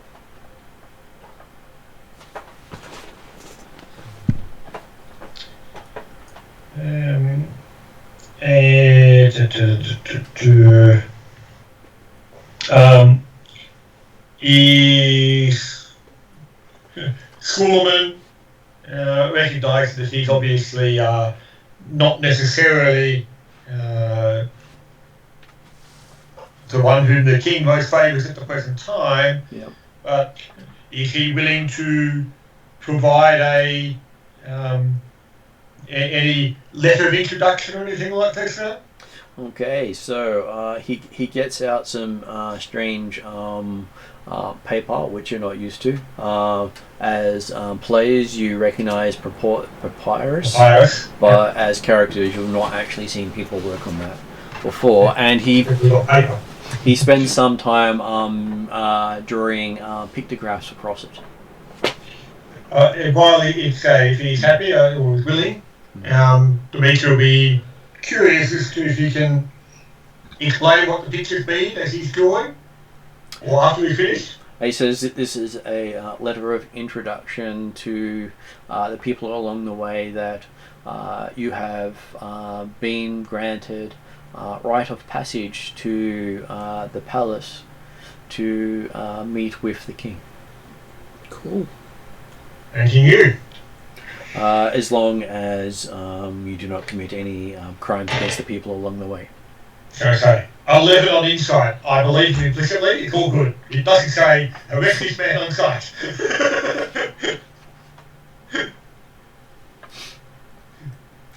Well, it comes across as very believable. Absolutely. Okay. And he does give you a blessing in Horon's name. Though he does confess to you that he has not heard the words of Horon in some time. Again, I can let you know that the lack of words from Horon, and I suspect you'll find many of your compatriots that may follow the other Immortals, may have also heard little. That is indeed, again, part of the reason for our travel. Though he does say that We fear the that the avatars of Thanatos have still retained their power, unlike any of the Yes. other avatars of their nation. Yes, we fear the agents of change that are operating not only here in Nithia are in fact agents of Thanatos. Yes, he was asked to detain and execute the halflings by the avatar of Thanatos. Well, Good idea. we are very pleased that you understand that. Yes. So I have detained you, and I have sent you on to the palace as your execution of their instructions. Indeed. You have followed your orders to the letter. I have, yes, I have followed the directives of the letter. Which Dimitri can definitely appreciate as one who will often say things that are accurate and true without being anywhere related to what he actually means. So I have fulfilled my obligations as directed, and you feel free to execute your way out of the compound at your next opportunity. We shall ensure that our detainment does not further compromise your position. It says, as the head of this encampment, it was my responsibility to deal with you. Very good, thank you. And so I have dealt with you appropriately, he says. Well done. Well, yes. And as I'm sure you're aware, you should need no longer fear the Millennians attempting an incursion. There is some disappointment amongst the people because it's been many a time since they've had a good war. Yes, but hey, But a unbalanced war. If you follow the directions you've been provided, it would hardly have been a good war. That was why he was happy it didn't happen. A good war would be one that was fair on both sides. Both the Millennians and the Nithians fighting outside their lands is about as fair a war as they will ever have. Except most of their protective measures will not work. He also and states so, of course, leaves much greater opportunity for the next war following. he does Because, state that hey, while wearing neither side actually loses. he does state that while wearing their armor in their land, you'll also be protected from the constant heat, and the sun will also not burn your skin, no matter how little armor you wear. As such, he offers bracelets for those who do not wear armor, which provides the same level of protection. What level of Dimitri's protection? happy to accept that. The sun will not burn you, and you'll not okay. suffer from heat stroke. So the armour we're wearing will provide that benefit. And that's basically their common soldier gear. Okay. It's the what was it, the skin suits, whatever, in Dune, that allow you to protect all the water and moisture, and we use it.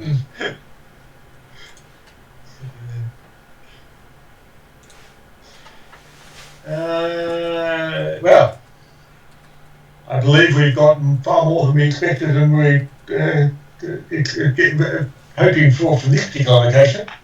So, except for the possibility of actual mounts. So they don't have any civilian means of transport? Not here, Okay. because it's a military outpost. The other locations that were on the road that we're looking to travel, and I'm hoping that he's provided a bit of a map or things like that that we'll be able to follow more easily. The next place is Fort Rayosis. Then you go to Fortress of Bissia, and then Fort Besra. So there's no civilian towns. Not unless you head off the road itself and go to the river. All the townships are off to the side, but it will take you a lot longer to reach the capital. If we go by one of the villages, okay. Plus, you'll also find that you will end up in endless bureaucratic discussions. Yeah. They'll also try to debate if a halfling's really a halfling, if he doesn't eat people. And presumably, yes, the letter of introduction has much greater value and power amongst the military than it does amongst the civilian world. It does, yes. So, He has no authority over the governmental people. Yeah. But the military still respect him as one of their leading generals.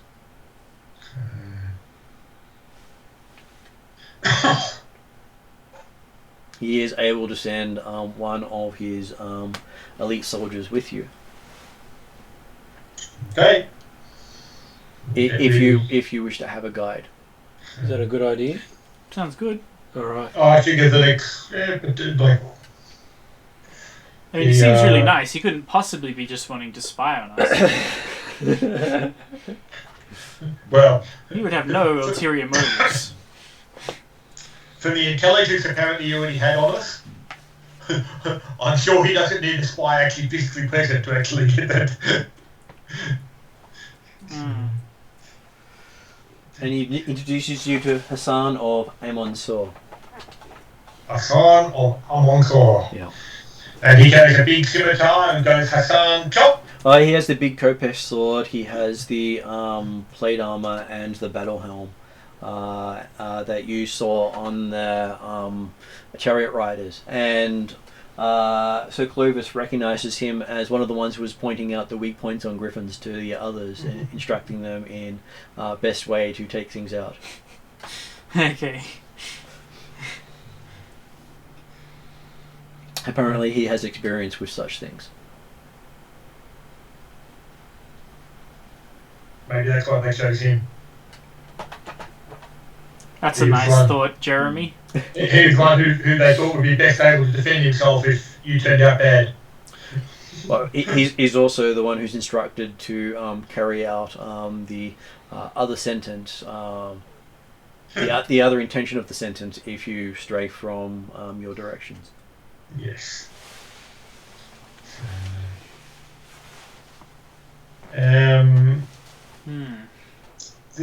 So we're heading to the capital now from the bottom of Nithia. Yep. Yeah. Great. Yep, a lovely little walk. Okay. So Hassan comes over to you and greets each of you. Though he doesn't know any of your names. He just greets you as the Griffin Rider, as the he sort of looks at you as the change maker. He calls you. Change maker's fine. He refers to the other one as the son of a foreign god.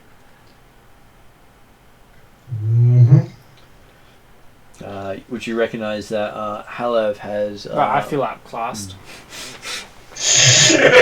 Changemaker and son of a god. Well, there is also the other changemaker. The Griffin Right. Rider's pretty good. Yeah, it's not too bad. But straight after you pointed out how many ways to kill it, it doesn't feel very impressive. Well, okay. Let's face it. I mean, he called you Griffin Rider. He could have called you Vermin or. Well, I wasn't insulted. I'll take that. I'll settle for wasn't insulted. Directly.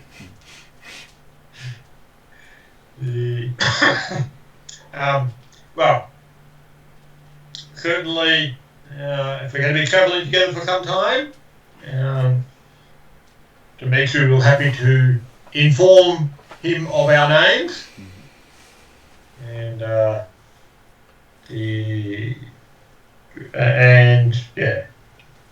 confirm exactly what it was that Schulman had told him about our who we were and what our effective mission was.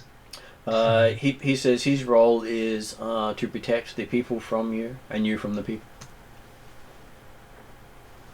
Pretty good. Whichever is most appropriate in the situation. And his goal is to get you to the palace and to the king. Cool. Preferably intact. All right. That's pretty good. Well, should we set out? Might as well keep moving. He It's not like we have to wait for nightfall or anything like that. No. he says he will activate the roads to allow fast movement. Activate the roads. Sounds good. This is a magical technological place. It All is the roads are actually travelators. They're effectively conveyor belts. Yeah, we'll see. So he stands on the road and plants his sword tip into it and chants in a prayer to the gods of this world. As he does so, you feel the ground around you light up in different strange runes. Yellow brick road. And he says keep within 60 feet of him and you will move faster than the wind. Okay. Stay within the yellow lines at all times. Do not allow limbs, hands, or other body parts to extend beyond the edge of the cart. This magic only works while you travel the road, he says. Okay. And he takes off and you find yourself moving at 4 times your normal speed. Wow. Now, the question is, when Sullivan said that it would take several days to reach the capital, was he counting on this travel or not? He was. If he wasn't, then it means it was going to take a very long time if we hadn't had the guide. So without the guide, it would have taken you 1, 2, 3, 4, 5, 6 days to reach the next fort. With the guide, you will reach the next fort in 2 days. No worries.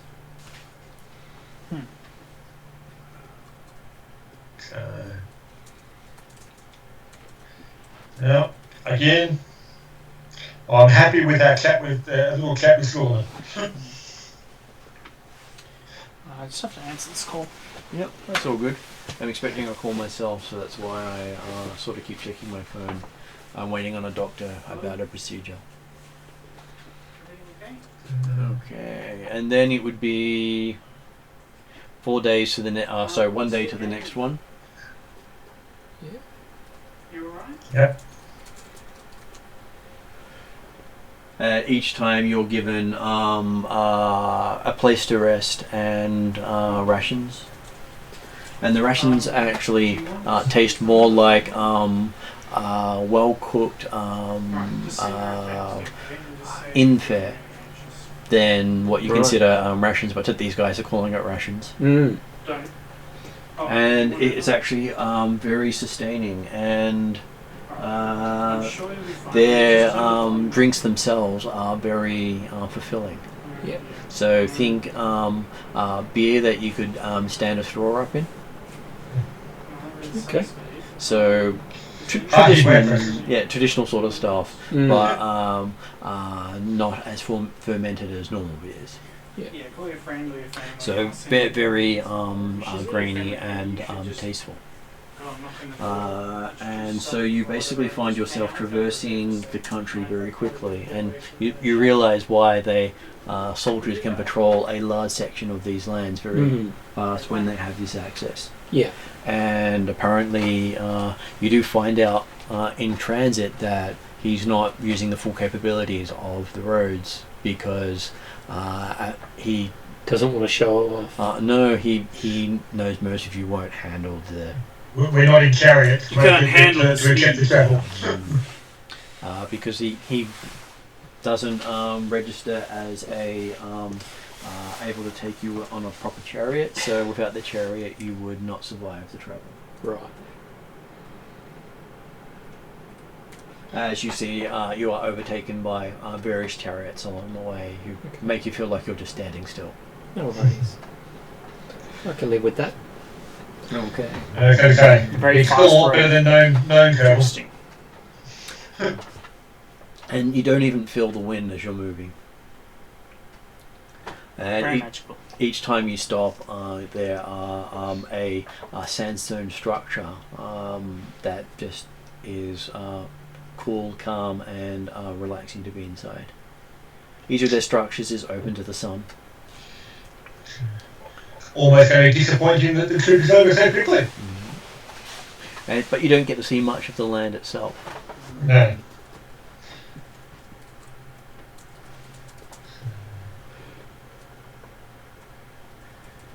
And you find yourself heading to their capital of Tharsis.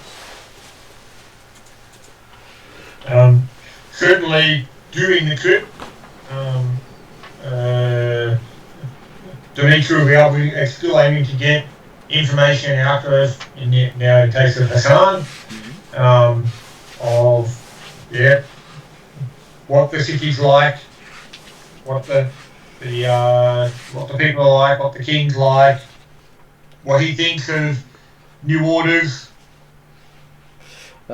He is the soldier sort of thing. He will go where he's directed. He has no opinion of politics. He seems to avoid the mention of politics anyway whatsoever. You think that's pretty much taboo for soldiers to voice politics. Politics is for the bureaucrats and fighting's for the soldiers, and the two rarely mix. And you think the clerics are the exception. Yeah. And they call each of their clerics avatars of the god that they support. So it's the clerics who lead the forces and tell them where to go.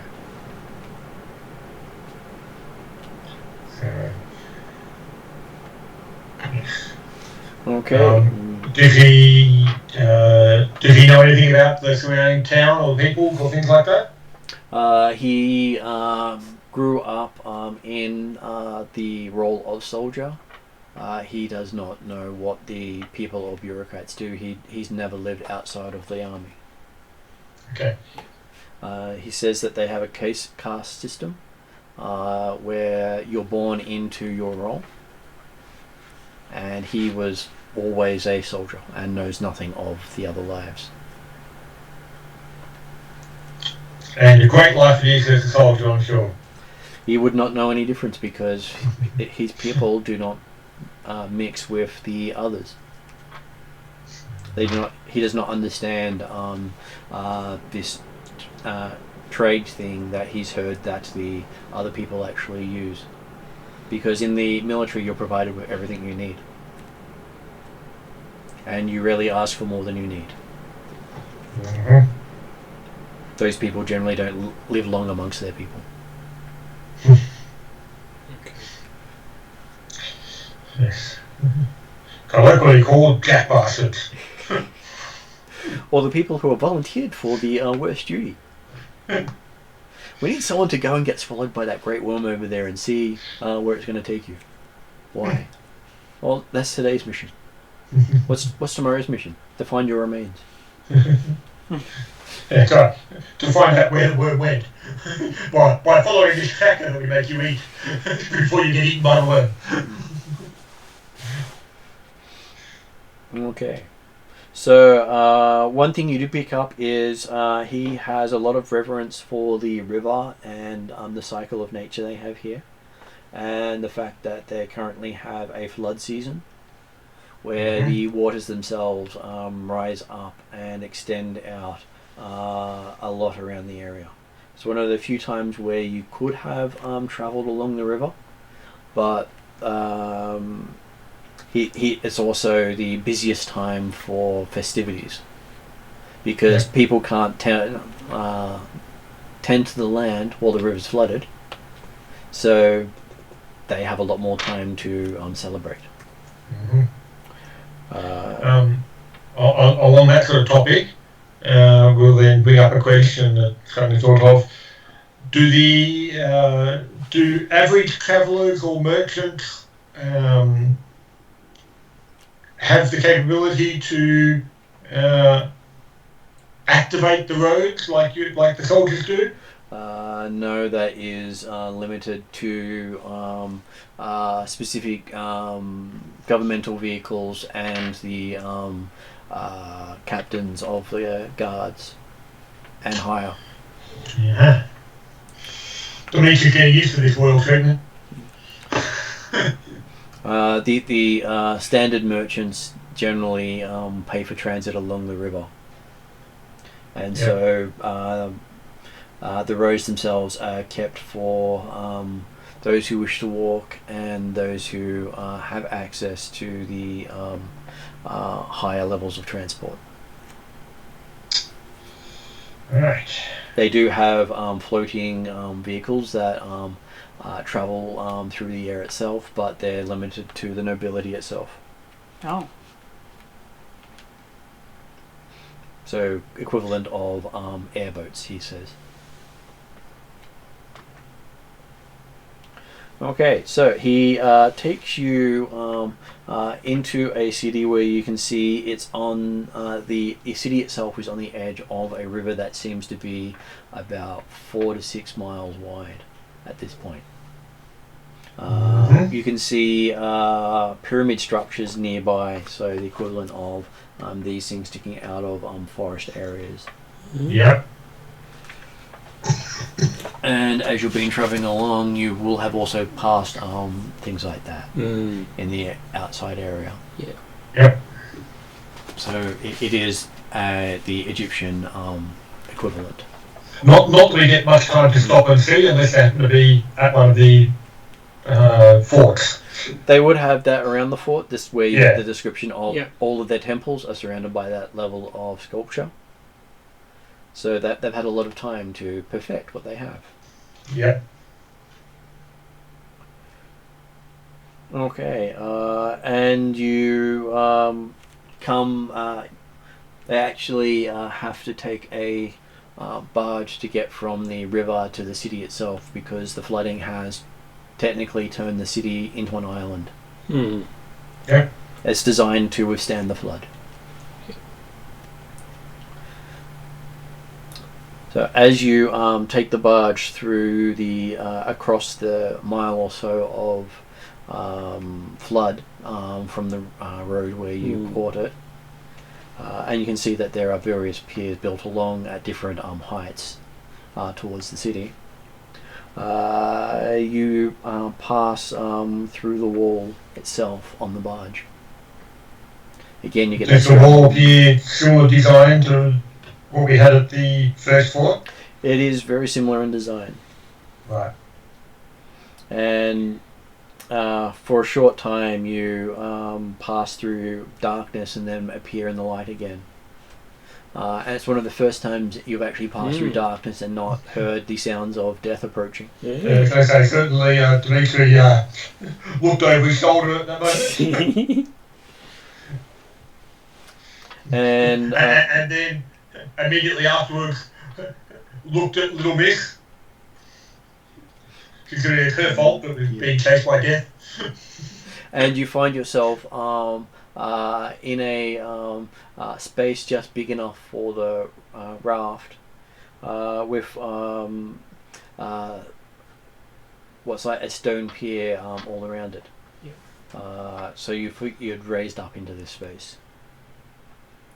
And around you, the walls are painted, showing wooden barges identical to what you ride, and the people wearing white pleated loincloths and gesturing strangely. Strange symbols are drawn around their hands, and it looks as if what you perceive to be wizards enchanting barges. Right. By the looks of how it is. And they're all drawn in profile. They are. And you, your guard says, this is the dock beneath the royal palace in Tarthus, capital of the Nithian Empire. I suggest we go upstairs and talk to the Pharaoh's guards. And ask to see the Pharaoh in his chamber of the Sunfire throne. I am not permitted to go beyond this point. So he's recommending that we do go to the Pharaoh's place? Okay. Yes. Well, you're currently in here in the royal dock. Yep. And asking, saying that you need to talk to the Pharaoh's guards and ask to see the Pharaoh in his chamber of the Sunfire throne specifically. Yep. Ask to see the Pharaoh in any other way, and it would not happen. Okay. And what when we were talking to Silverman, he was referring to King. He was actually using the term Pharaoh, was he? Yes, but in translation it comes out as king. Yeah, okay. But so the word comes out the same this time round. Yeah. So we're definitely confirming that we're talking about the same person or same entity. So, okay. Dimitri's thinking, well, that was even faster overall than I thought. So, well, indeed, then thank you for your fine guidance and assistance on these travels, Hassan. I hope your travels continue smoothly. Okay. He says he will wait here and see what is required next of him. But he was not instructed to return without guidance. Okay. Yeah. But as he's not part Hopefully of the royal we'll see you guard, again he's soon not then. he's not permitted to enter the city proper. Yeah. So as you head up, the interior of the royal palace reminds you of a cavern. The walls are so far away, the ceiling so high, and the scale so much larger than human, that the whole building seems like the work of nature or the gods. The first thing you notice is the smell. Exotic perfumes drench every room. Lilacs, ambergris, cedarwood, vanilla, and many others. Pale light shines from the skylights overhead. The massive columns regularly spaced in every room are carved like lotus stalks, blossoming to support the roof. Round stone walls bear carvings of pharaohs conquering his enemies, dispensing excellent justice, and talking with his fellow gods in the afterlife. The hall is crowded with people. You see bald priests wearing diaphanous pleated gowns, alligator skin robes, and beaded necklaces. You see soldiers leading processions of naked slaves tied to a line of hemp rope. You see scribes, thin men in loincloths carrying rolls of papyrus and clay jars of ink. And everywhere you see painters and sculptors covering the walls with more of the pharaoh's exploits. Curiously, you see hardly any women except for maidservants. Echoes drift to you, the slap of sandals on floors, the annoying tap of chisels in stone, and the constant murmur of conversations throughout the colossal halls. Basically, you feel dwarfed in this place. It is bigger than any sort of throne room you've seen. Wow. Even the meeting places in Darakan, which has huge merchant halls, makes this place feel massive.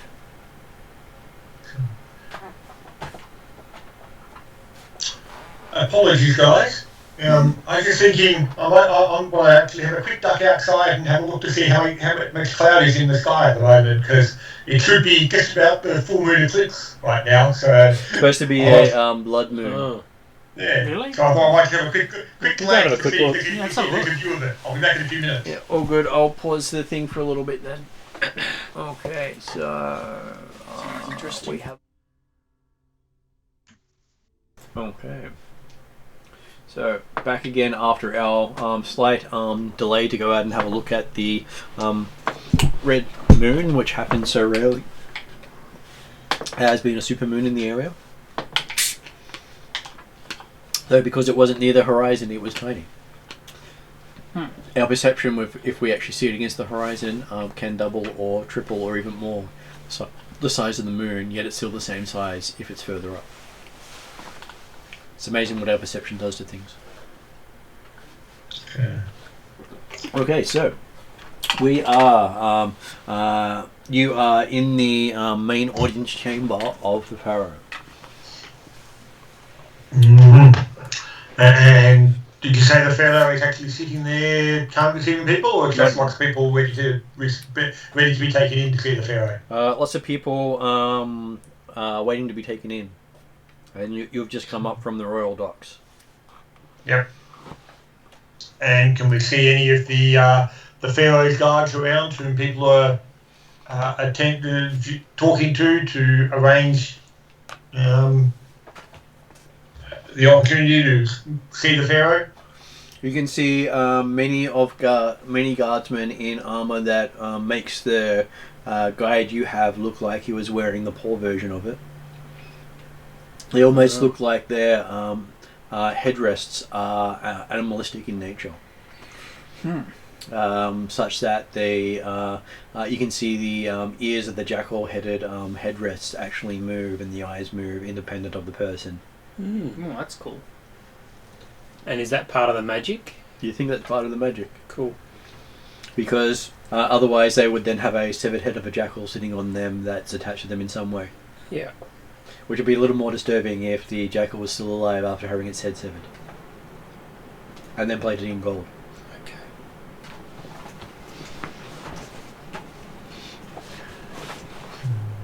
So, what do you wish to do at this point? Well, I guess we'll go and talk to one of the guards and explain that we've requested an opportunity and audience with the Pharaoh in his chamber of the Sunfire Throne to speak with him on a matter of great importance. Okay. Give me insight roll as you head up. Can I roll an insight? You can roll insight. Good thing you didn't need diplomacy first up. But insight's fine. 8. 8. So what did you guys get? With my plus 5. My stats just crashed for some reason. 9. I rolled well. Hang on. I just need to find my stats. And your griffin would be waiting with the What's insight based off? Wisdom. Right. wisdom. So I got a 20 in total. So, and also your griffin would be waiting with the captain of the... Yeah, it wouldn't be coming inside. Okay, so as you see Dimitri heading over to just the guardsmen in general, you sort of steer him towards one of the hawk-headed ones,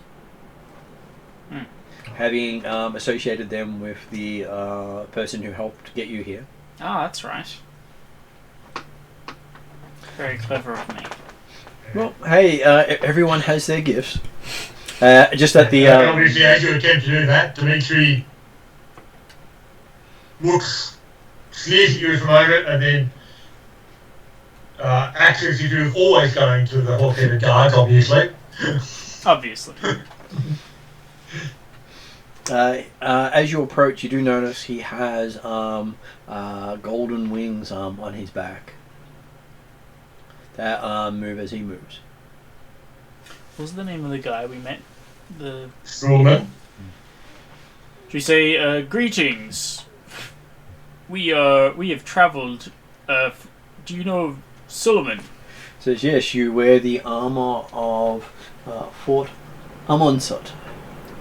Yes. It's written all over you. Indeed, we have come from very far away, and we're here on a matter of It's great not that far importance. away. It's the edge of the kingdom, but not that far away. We're from outside the kingdom. That as much is clear. We're honoured guests of Solomon. Honored guests of the banished noble. All right, your turn, Dimitri.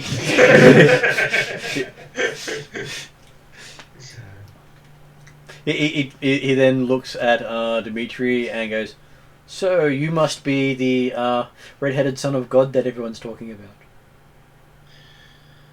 Indeed, we have travelled through the Millennium Empire, and they have recognised my stature. He does comment. He thought you'd be bigger.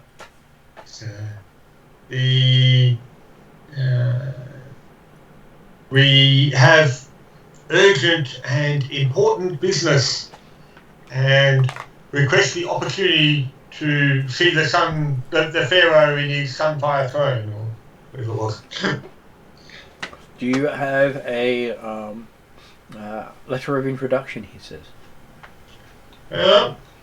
Lord Solomon was willing to provide such a document, although the way you described him, I am not certain entirely how well received it may be. He says it is completely accurate. You get the feeling that he one of those. Most of the guards here are very factual about stuff. Yep. Because they find the flowery flattery to be outside their interest, a distraction. So your entire travel with Hassan was he was to the point with everything, not very descriptive. So perfectly valid then, for like I say, wonderful and marvellous that Dimitri put such effort into flowery speech despite being so poorly spoken. But it's okay. You think these guards are used to it? When you're stationed with politicians, you hear it all the time. He unrolls your papyrus and looks at it. Yeah. And then he holds out his hand to the side, and you see his staff just extend out to the ground. It seems to be made out of light. Oh. And then he bangs it 3 times on the ground. The whole room goes quiet. And he gestures for you to follow him. Yeah, well, I shall allow him to lead the way. Did he introduce himself at all? He does not. Oh. But you do see that as he walks away ahead of you, that the wings on his back seem to move of their own accord, and it is even the feathers on it are highly detailed, and it seems to be all made of gold.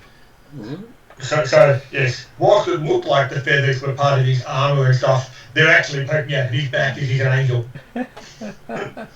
It looks like the wings are a harness, not actually attached to him.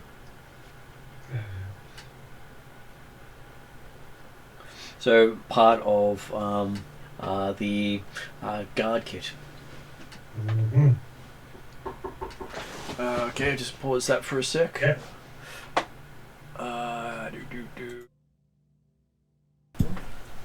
Okay, so back again, and you were then taken in to see the pharaoh. So they've basically been following behind a guy with a full hawk headdress on top of him. The hawk head is moving independently of his head, and he's got these bird-like wings on the back of him, all made out of gold. Oh, that's That can cool. tell he's part of a We're harness. talking full Anubis guard. That sounds cool. And he's carrying a staff made of light. That basically he just stuck his hand out and it just grew out of his hand. That sounds really cool. Okay, so you step past a rank of guards all done up in very similar regalia, just not the same, so representing the different gods. You think each god here has a representative, and there's about 30 different guards here, each dressed differently. But only 7 of them are dressed in gold. The rest of them are dressed in lesser metals. Mm-hmm. And are those more superior metals in this world, or? You don't know, but Okay. The quality of the other ones aren't as impressive. Okay. And they seem to And be the guy we're deferred to following, them. is he dressed in gold? He's dressed in gold. He was the gold representative of whichever the hawk head was. Oron. Oron, But yes. you probably have been able to figure out in the time talking to them that that's also the god Ixion. So the god of the Okay. sun. So the throne room has the highest ceiling of any room you've seen so far. The voices of dozen priests, scribes, courtiers, and supplicants echo through the room. A few small skylights let in dim beams of reddish light from above. Every other room of the palace has walls full of carvings, paintings, and tapestries, but everything here is completely clean. The contrast makes you feel like you're in a temple. There is no altar here, just 2 thrones, side by side on a pedestal with a small staircase in front. The thrones are plain sandstone with simple white cushions upon the seats. With everything you've seen in this place so far, this is such a jarring moment for you. No real colour anywhere, no elaboration, no design or anything beyond just simplicity.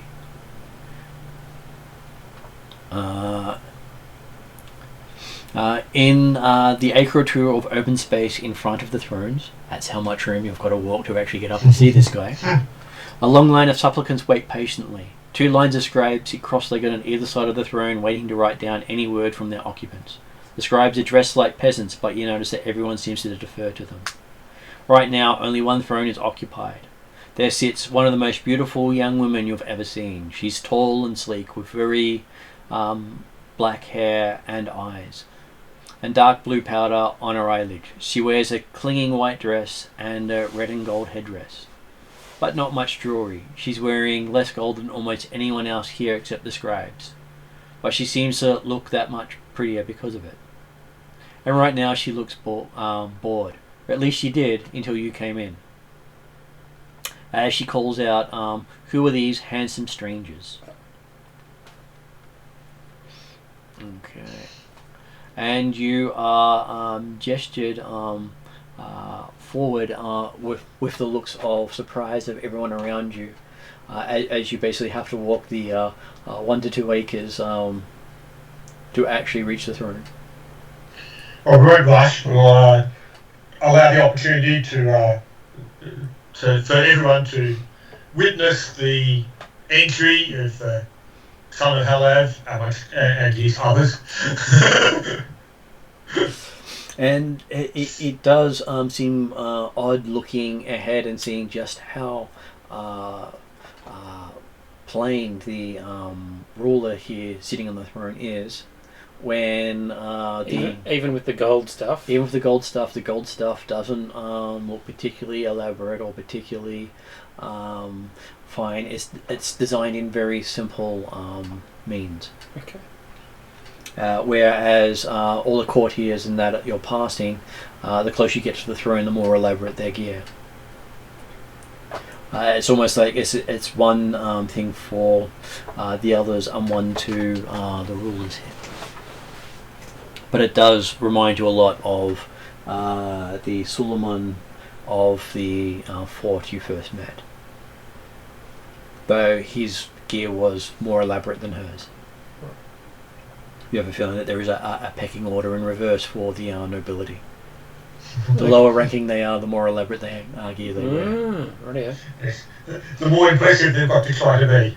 Whereas the commoners, the more elaborate they are, the higher ranked they are.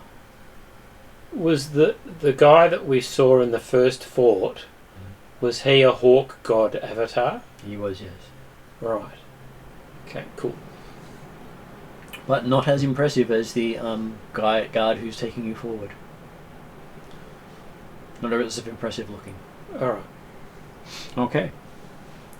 And a herald steps forward as you reach the base of the throne. Hail and bear worship to his immortal majesty, Pharaoh Ramos, life of the river, creator of the flood, bringer of the sunlight, master of the wind, lord of all the empire, enduring in kingship like the sun in the sky, beloved of Rathanos, beloved of Phlar, may he live eternally. In one corner, musicians pluck lutes and harps, pound drums and strum zithers. Acolytes wave censers, filling the air with the smell of sandalwood and jasmine and cinnamon. 24 priests, young shaven-head men holding gold staves, line up either side of the rear door, forming a wide aisle. At the sound of a gong, the doors open outwards. Framed in the doorway, you see a tall, well-built man wearing a bright crimson cloak, a pleated white kilt, and lots of gold jewellery. He wears a tall, conical hat, a graceful crown made of white linen, with a golden cobra fillet on the forehead. But more impressive than the white crown are the heavy eyebrow ridges beneath it, and the sand-coloured eyes that look at you alertly. He enters the room. As he passes the priests, they fall prostrate before him, 2 by 2, chanting, "Pharaoh is great." As he ascends the throne, everyone else in the room except the Queen kneels. What do you do? I'll kneel. Okay. Yeah. I think he's happy to kneel. We're kneeling. We in Rome. Hang on, we left Rome, didn't we? Rome was the last place you were in. Close enough. Okay, after you all bow, I'm assuming Flamer didn't come in because he wouldn't bow. Fair point. He dismisses everyone else from the room. And once they have gone, he says, "Wanderers I see from other lands. What do you bring to present to your pharaoh?" Oh, I forgot to bring a present. Yeah. We bring gifts of wealth from far Information. far away. So, Like what? And tales of far off places, of the outer world. and They just look at you and go, "Okay, teller of tales, tell us your tale." Give me a performance roll. A what? Performance roll. Okay. I happen to have religion. Can I make a religion roll? No, because this how is well you tell a performance tale is not ability. your knowledge. Okay. Oh, 7. 7. He is not amused by your tale I and started cuts you telling off partway through. Oh. And he goes, "Next." as I said, Dimitri was bringing out the treasures of far off lands and presents a lovely jade sphere and a. Hang on, does he have a?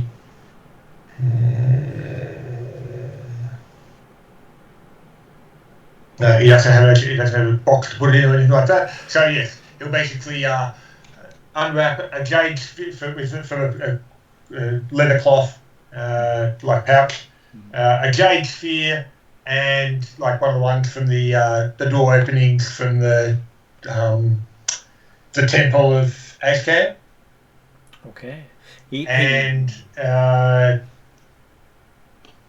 another 3 gems, random gems, totaling value say 2,000. Okay. He seems to enjoy the fact that you've pillaged a Azcan temple, which he points out. Though the fact that the temple once belonged to the god of the sun, who they also worship, is not lost on him. Just that the people no longer follow the right god. I can assure you that having from our travels through the temple, Oxyotl has in a much better position to regain ascendancy over Axantiotl. Yes, but it's not his land, so he does not worry what happens to the land of such heathens who deal in human sacrifice. Slavery is such a better deal, he says. At least it's not cannibalism like our little friends here endeavour to do, he says. So what little cannibal do you bring to amuse me, he says. I'll just tell a story. Tell me a story, little cannibal, he says. Let's start 24. He is enwrapped by your story. He actually likes your story. Yeah. So he likes your story far more than what anyone else has offered. Yeah. And what is your story about? This amazing story that has moved a pharaoh. Well, it's about the outer world. And some... I don't know. Some sea creatures. Whatever. It sounds like you kind of bombed, but he just got so wrapped up in like, what? Jellyfish? That sounds amazing. Well, hey, if your story contained just the equivalent of nighttime adventures and the wonders of the stars and the moon, because they live in a hollow world, so their world is round and they see the world curve up in front of them. They've never seen stars or moons or anything else, or a sun that sets. It's a permanent day there. It's always noon. Yeah, so I will give them a story of weird shit. And comparatively weird shit. And for them that was amazing, whereas this guy just said, from the outer world! and in such a way that I went, nope, moving on. Alright. Okay. So yes, I tell it with pizzazz. And the Queen is extremely enthusiastic about your story. Alright. And winks at you rather suggestively most of the way through it. Okay. Much to the annoyance of the Pharaoh.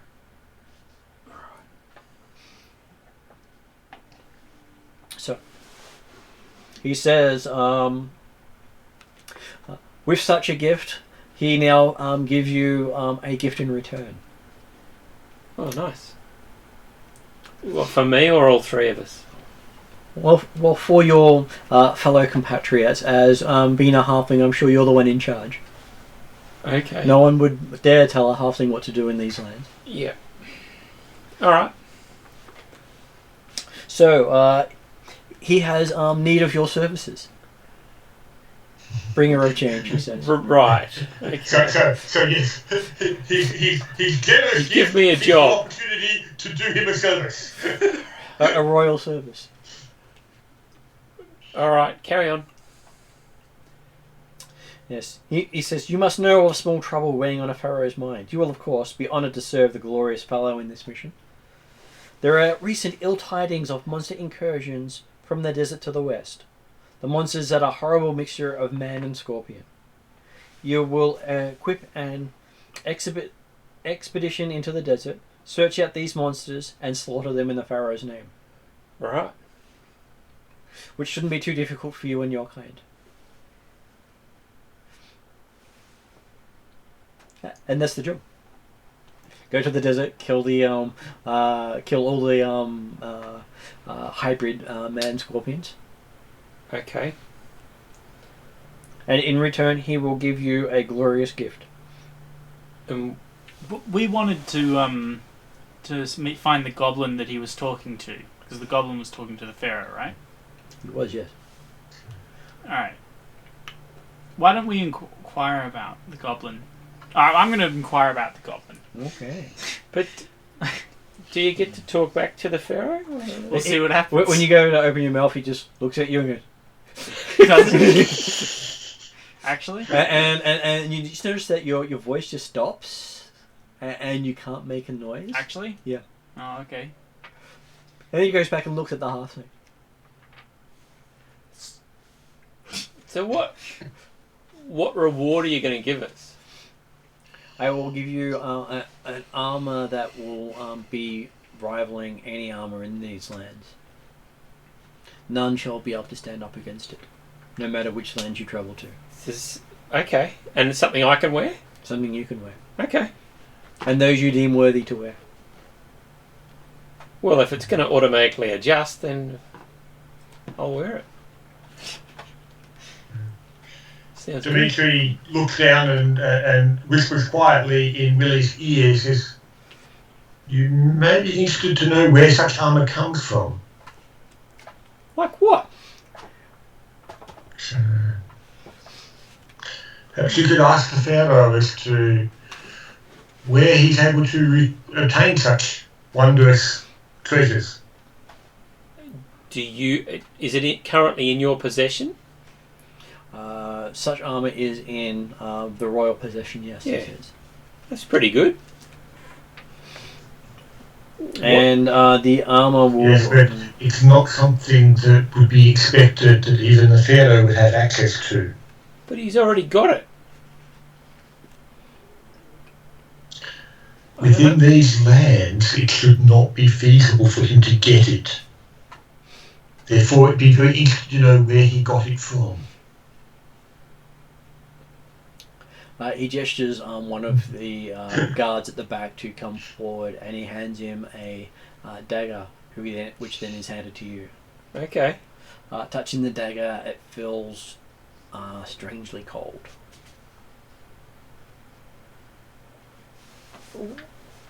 What's it going to do? Why did he give you a dagger? Magic cannot protect against strikes with this weapon. Sounds good. A little bit of stabby. Yeah. It will bypass any magical barrier, Mm. and it will destroy any magic it touches. Does the style and make of the dagger appear the same as Nithian style? No. It is a very unusual style. You've never seen it before. Okay. It doesn't match any culture you've seen here, anything you've read in history, and it appears to be made with the techniques of the Nithians, but not in any of their styles, Okay. which is unusual in Really, itself. there shouldn't be such change. But I am the bringer of change. What's your point? And one thing you do note is the blade itself has the symbol of Thanos in the blade itself, Okay. as well as a few other Egyptian runes. And is that a good thing? No.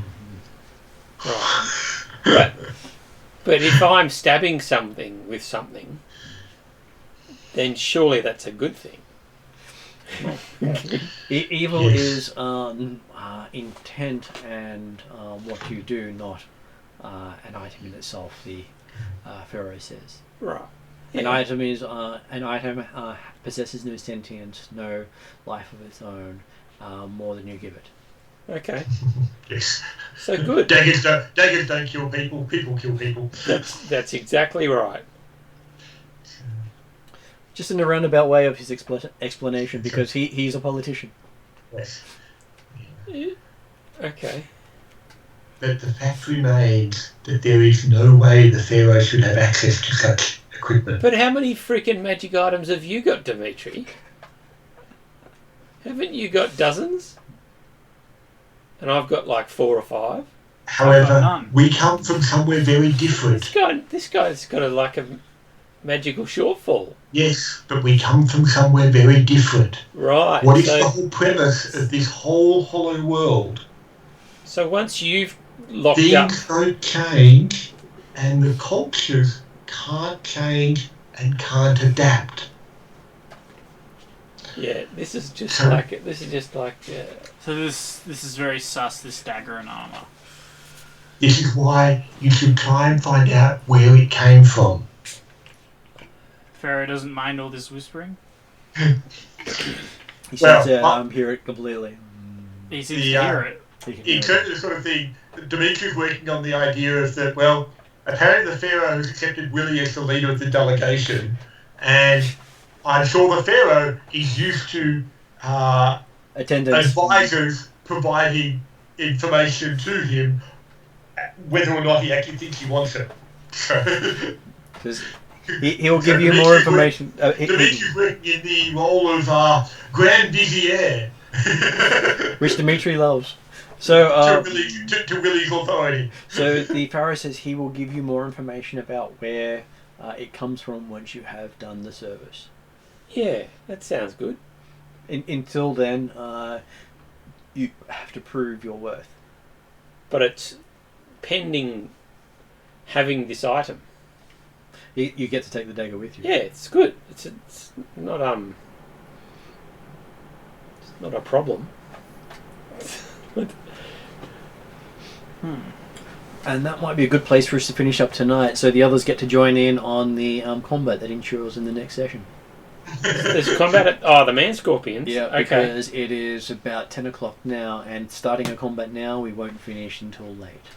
Okay. And also, I'm sure David would be most disappointed if we started the combat without him. All good. So, good night, Jeremy. Good night. Thanks very much, guys. See you, Jeremy. All right. And if you're free on the weekend and would like to do some board games, let me know. Quite possibly. It's a long weekend this weekend, isn't it? Hard to tell when you don't actually work. Yeah. But actually, I think Monday is actually a public holiday, so... Okay. We'll see you later. I don't know if we have plans, but yes, we'll certainly keep it in mind. Sounds good. Robbie, you're also welcome. Yeah. Thanks very much. Have a good Bye-bye. night all. All right. See you next week or the week after. See you If then. not before. Bye.